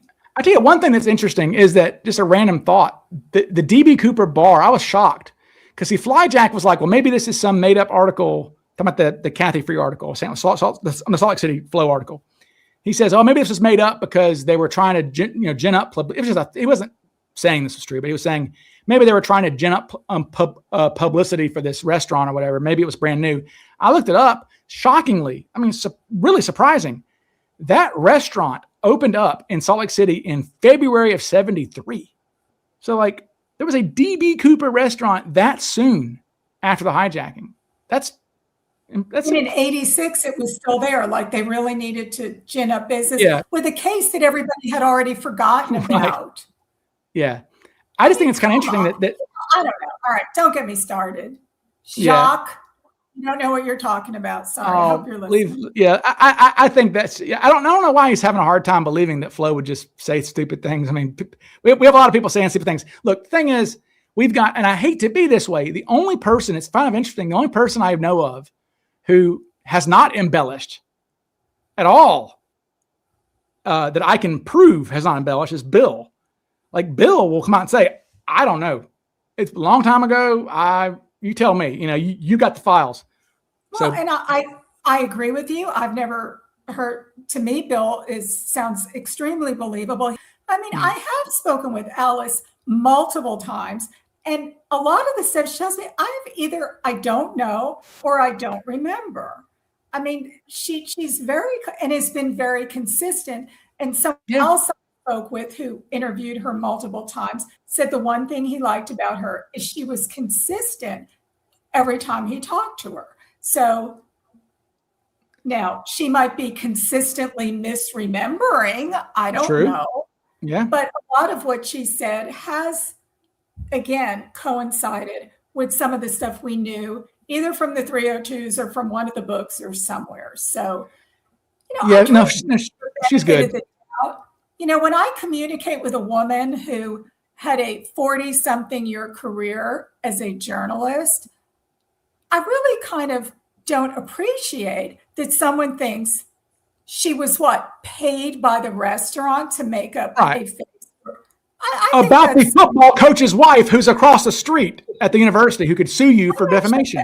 I find that to be personally insulting, and it's not my article, but people are not creeps. I don't think some people are, but not everyone. But they said this woman had a very long career and interviewed some really well-known people in the crime world that you would know their names, because I looked her up. So I don't know. I mean, that's fine. It's Flo. It's Flo. I mean, I have no doubt that's Flo. No, I don't either. I don't either. The weirder one is the Byron Brown article where Flo is talking about Cooper being her spirit animal and all this other stuff. Those people are not credible. Those guys are scam artists. So yeah, that I wouldn't. That's a horse with a different color. Okay, Mrs. Sleuth is commenting on women in the vortex. Well, where is this? She's quoting somebody. Joshua, where's that? Where's the original comment from Josh? What are we referring to? Here we go. Most of us in the vortex are guys, I assume. Why not more women? How do you get how do you get involved in our collective OCD? Not this question again. Why are there not more women? I mean, I don't know. We've said this a million times. Women like true crime, but they tend to like true crime with dead bodies. I mean, I don't know why. That seems to be. This is more, I think, of a guy thing. It's aviation. I feel like half the guys in the vortex, they want to jump out of an airplane and go disappear with 200 or 200 million or whatever. For whatever reason, it just doesn't seem to appeal to women. I mean, I've been accused because I try to promote women in this too much. I was accused in print on this recently. Okay, whatever. I mean, there's some really, really smart ladies in this. I've had one who was really smart and is very well known tell me she didn't appreciate any time she tried to say anything, she got shot down. You know what? That doesn't bother me. I'm still here. I mean, these guys do not scare me at all. I'm way too old for that. Okay.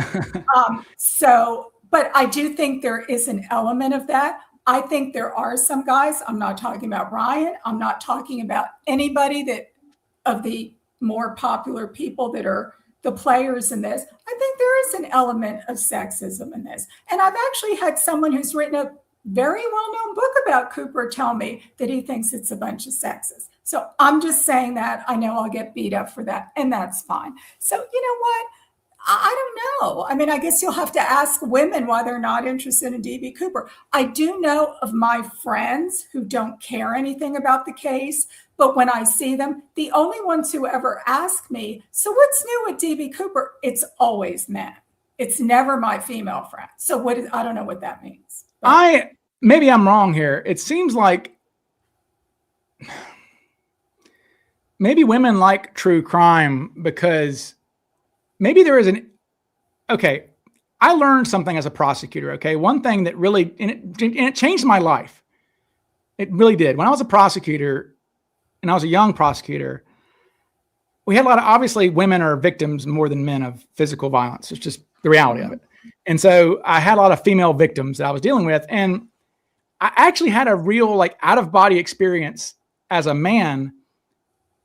I call it privilege, I guess. But as a man who is 6'1", 200 pounds, I am never there is no scenario where a person could just grab me. So nobody could ever walk in this room and just grab me and literally kill me with their bare hands. That's unless you're, maybe I don't know, the Big Show from WWF or whatever could do that maybe, but that's not realistic. And so I had to be women live in a world where a person literally could just grab them and kill them. And that is not something that's ever in my mind has ever gone through my mind. And that's a real disconnect we have as men. You do feel, whether you get in an elevator, whether you're walking in a parking garage, you do feel vulnerable, I think, in a different way than men do. Not that you're absolutely. Never scared. I don't feel vulnerable at all.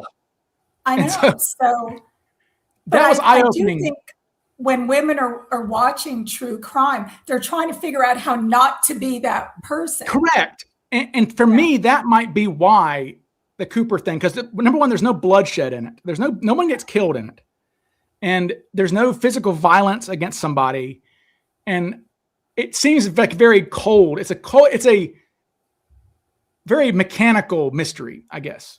Right? There's not a lot of emotion to it. There's not at all. No. And I think women prefer emotion and stories, and I that might be what it is that there's no lesson to be learned from it for a woman, I think. No, but don't kid yourself. There really are a lot of women who are interested in this for whatever reason. They're just not. And how did I get into this? I have no idea. I don't care anything about airplanes. I don't care anything about aviation. I don't care anything about jumping out of airplanes. I just I love mysteries. That's all I ever read. I wanted to be Nancy Drew as a little girl. I still want to be Nancy Drew. So to me, this was my opportunity to be involved in a real life cold case that didn't involve any blood.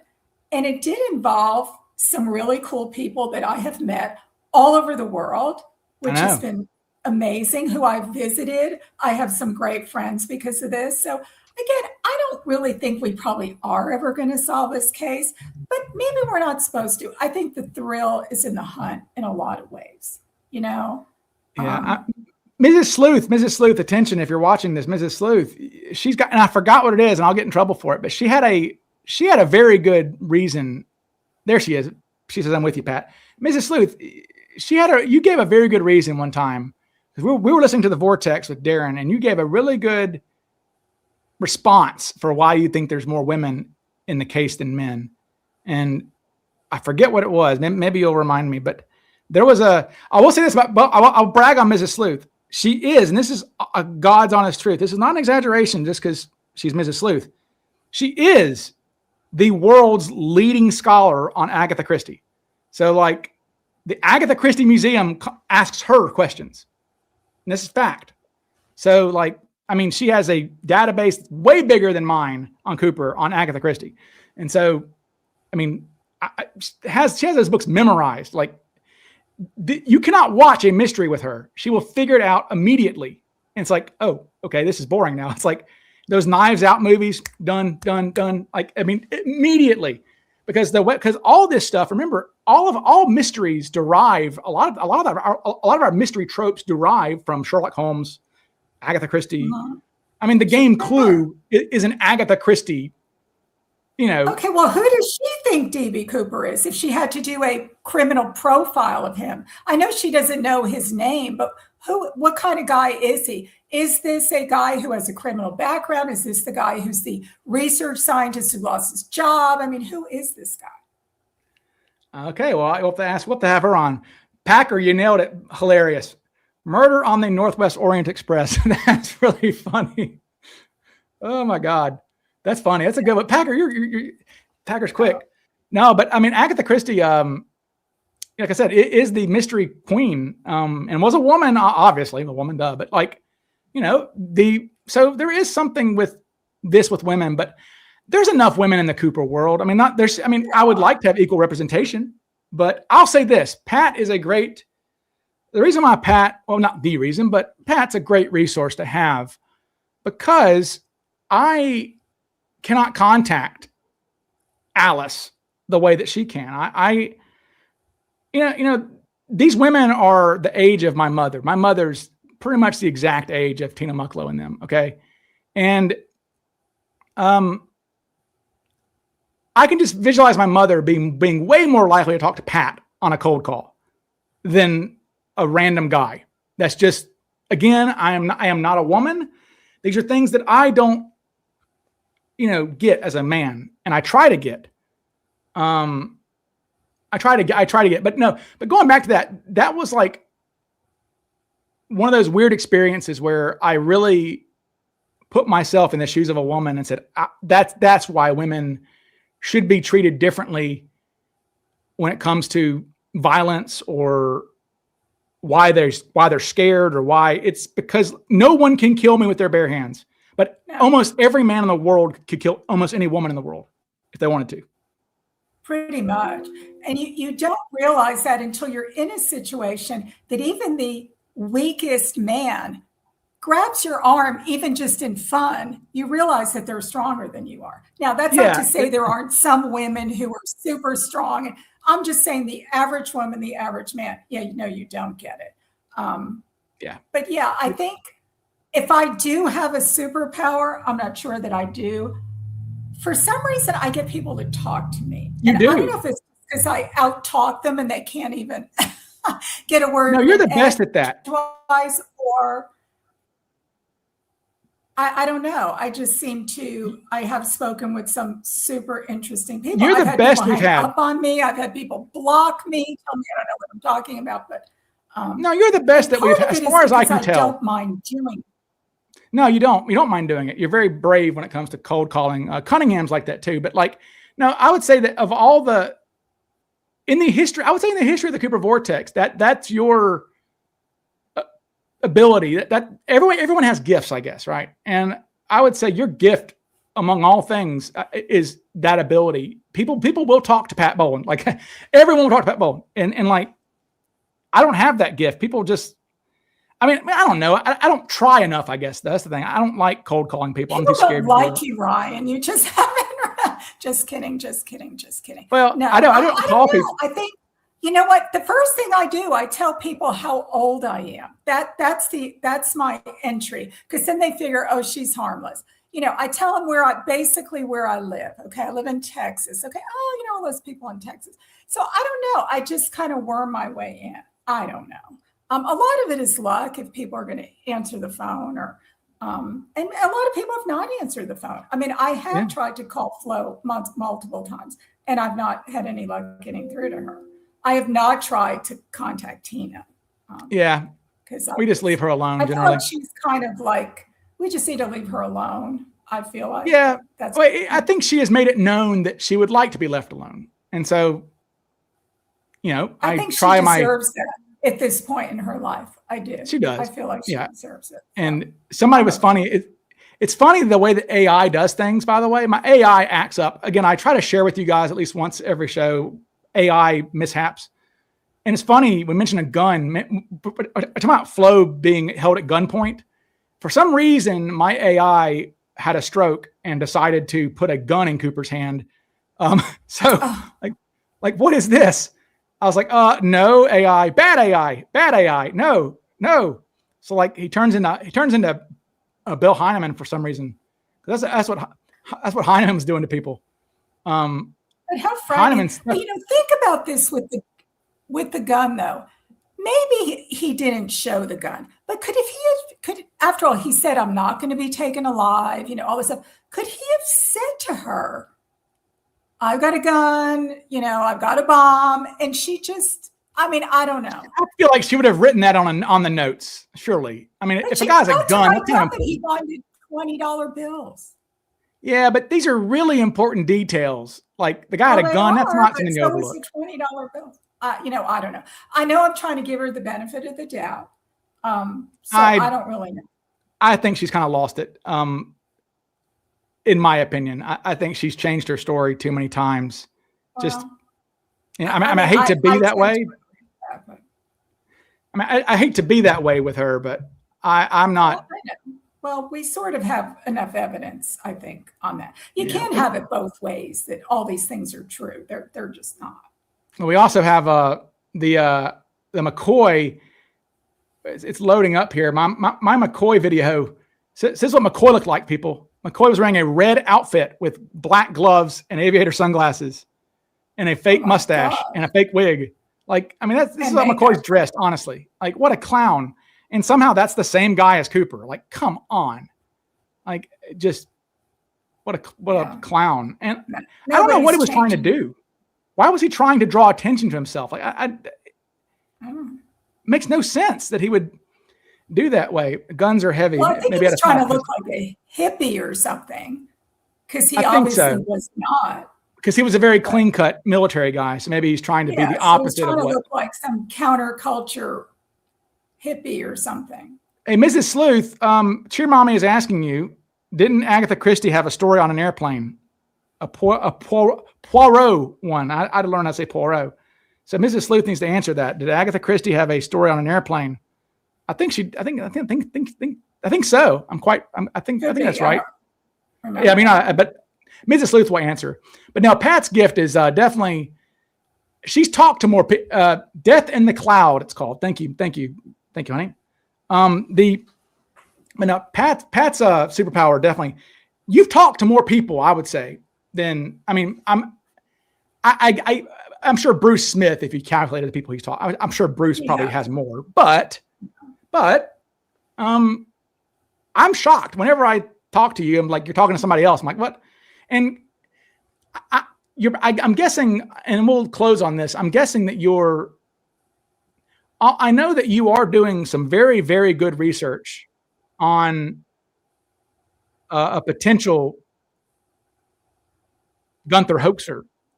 And I obviously don't think you want to share too much yet on that, but no, I said a lot. I just haven't given a name. I think somebody really sort of had it in for Max, thought he was kind of a patsy kind of guy.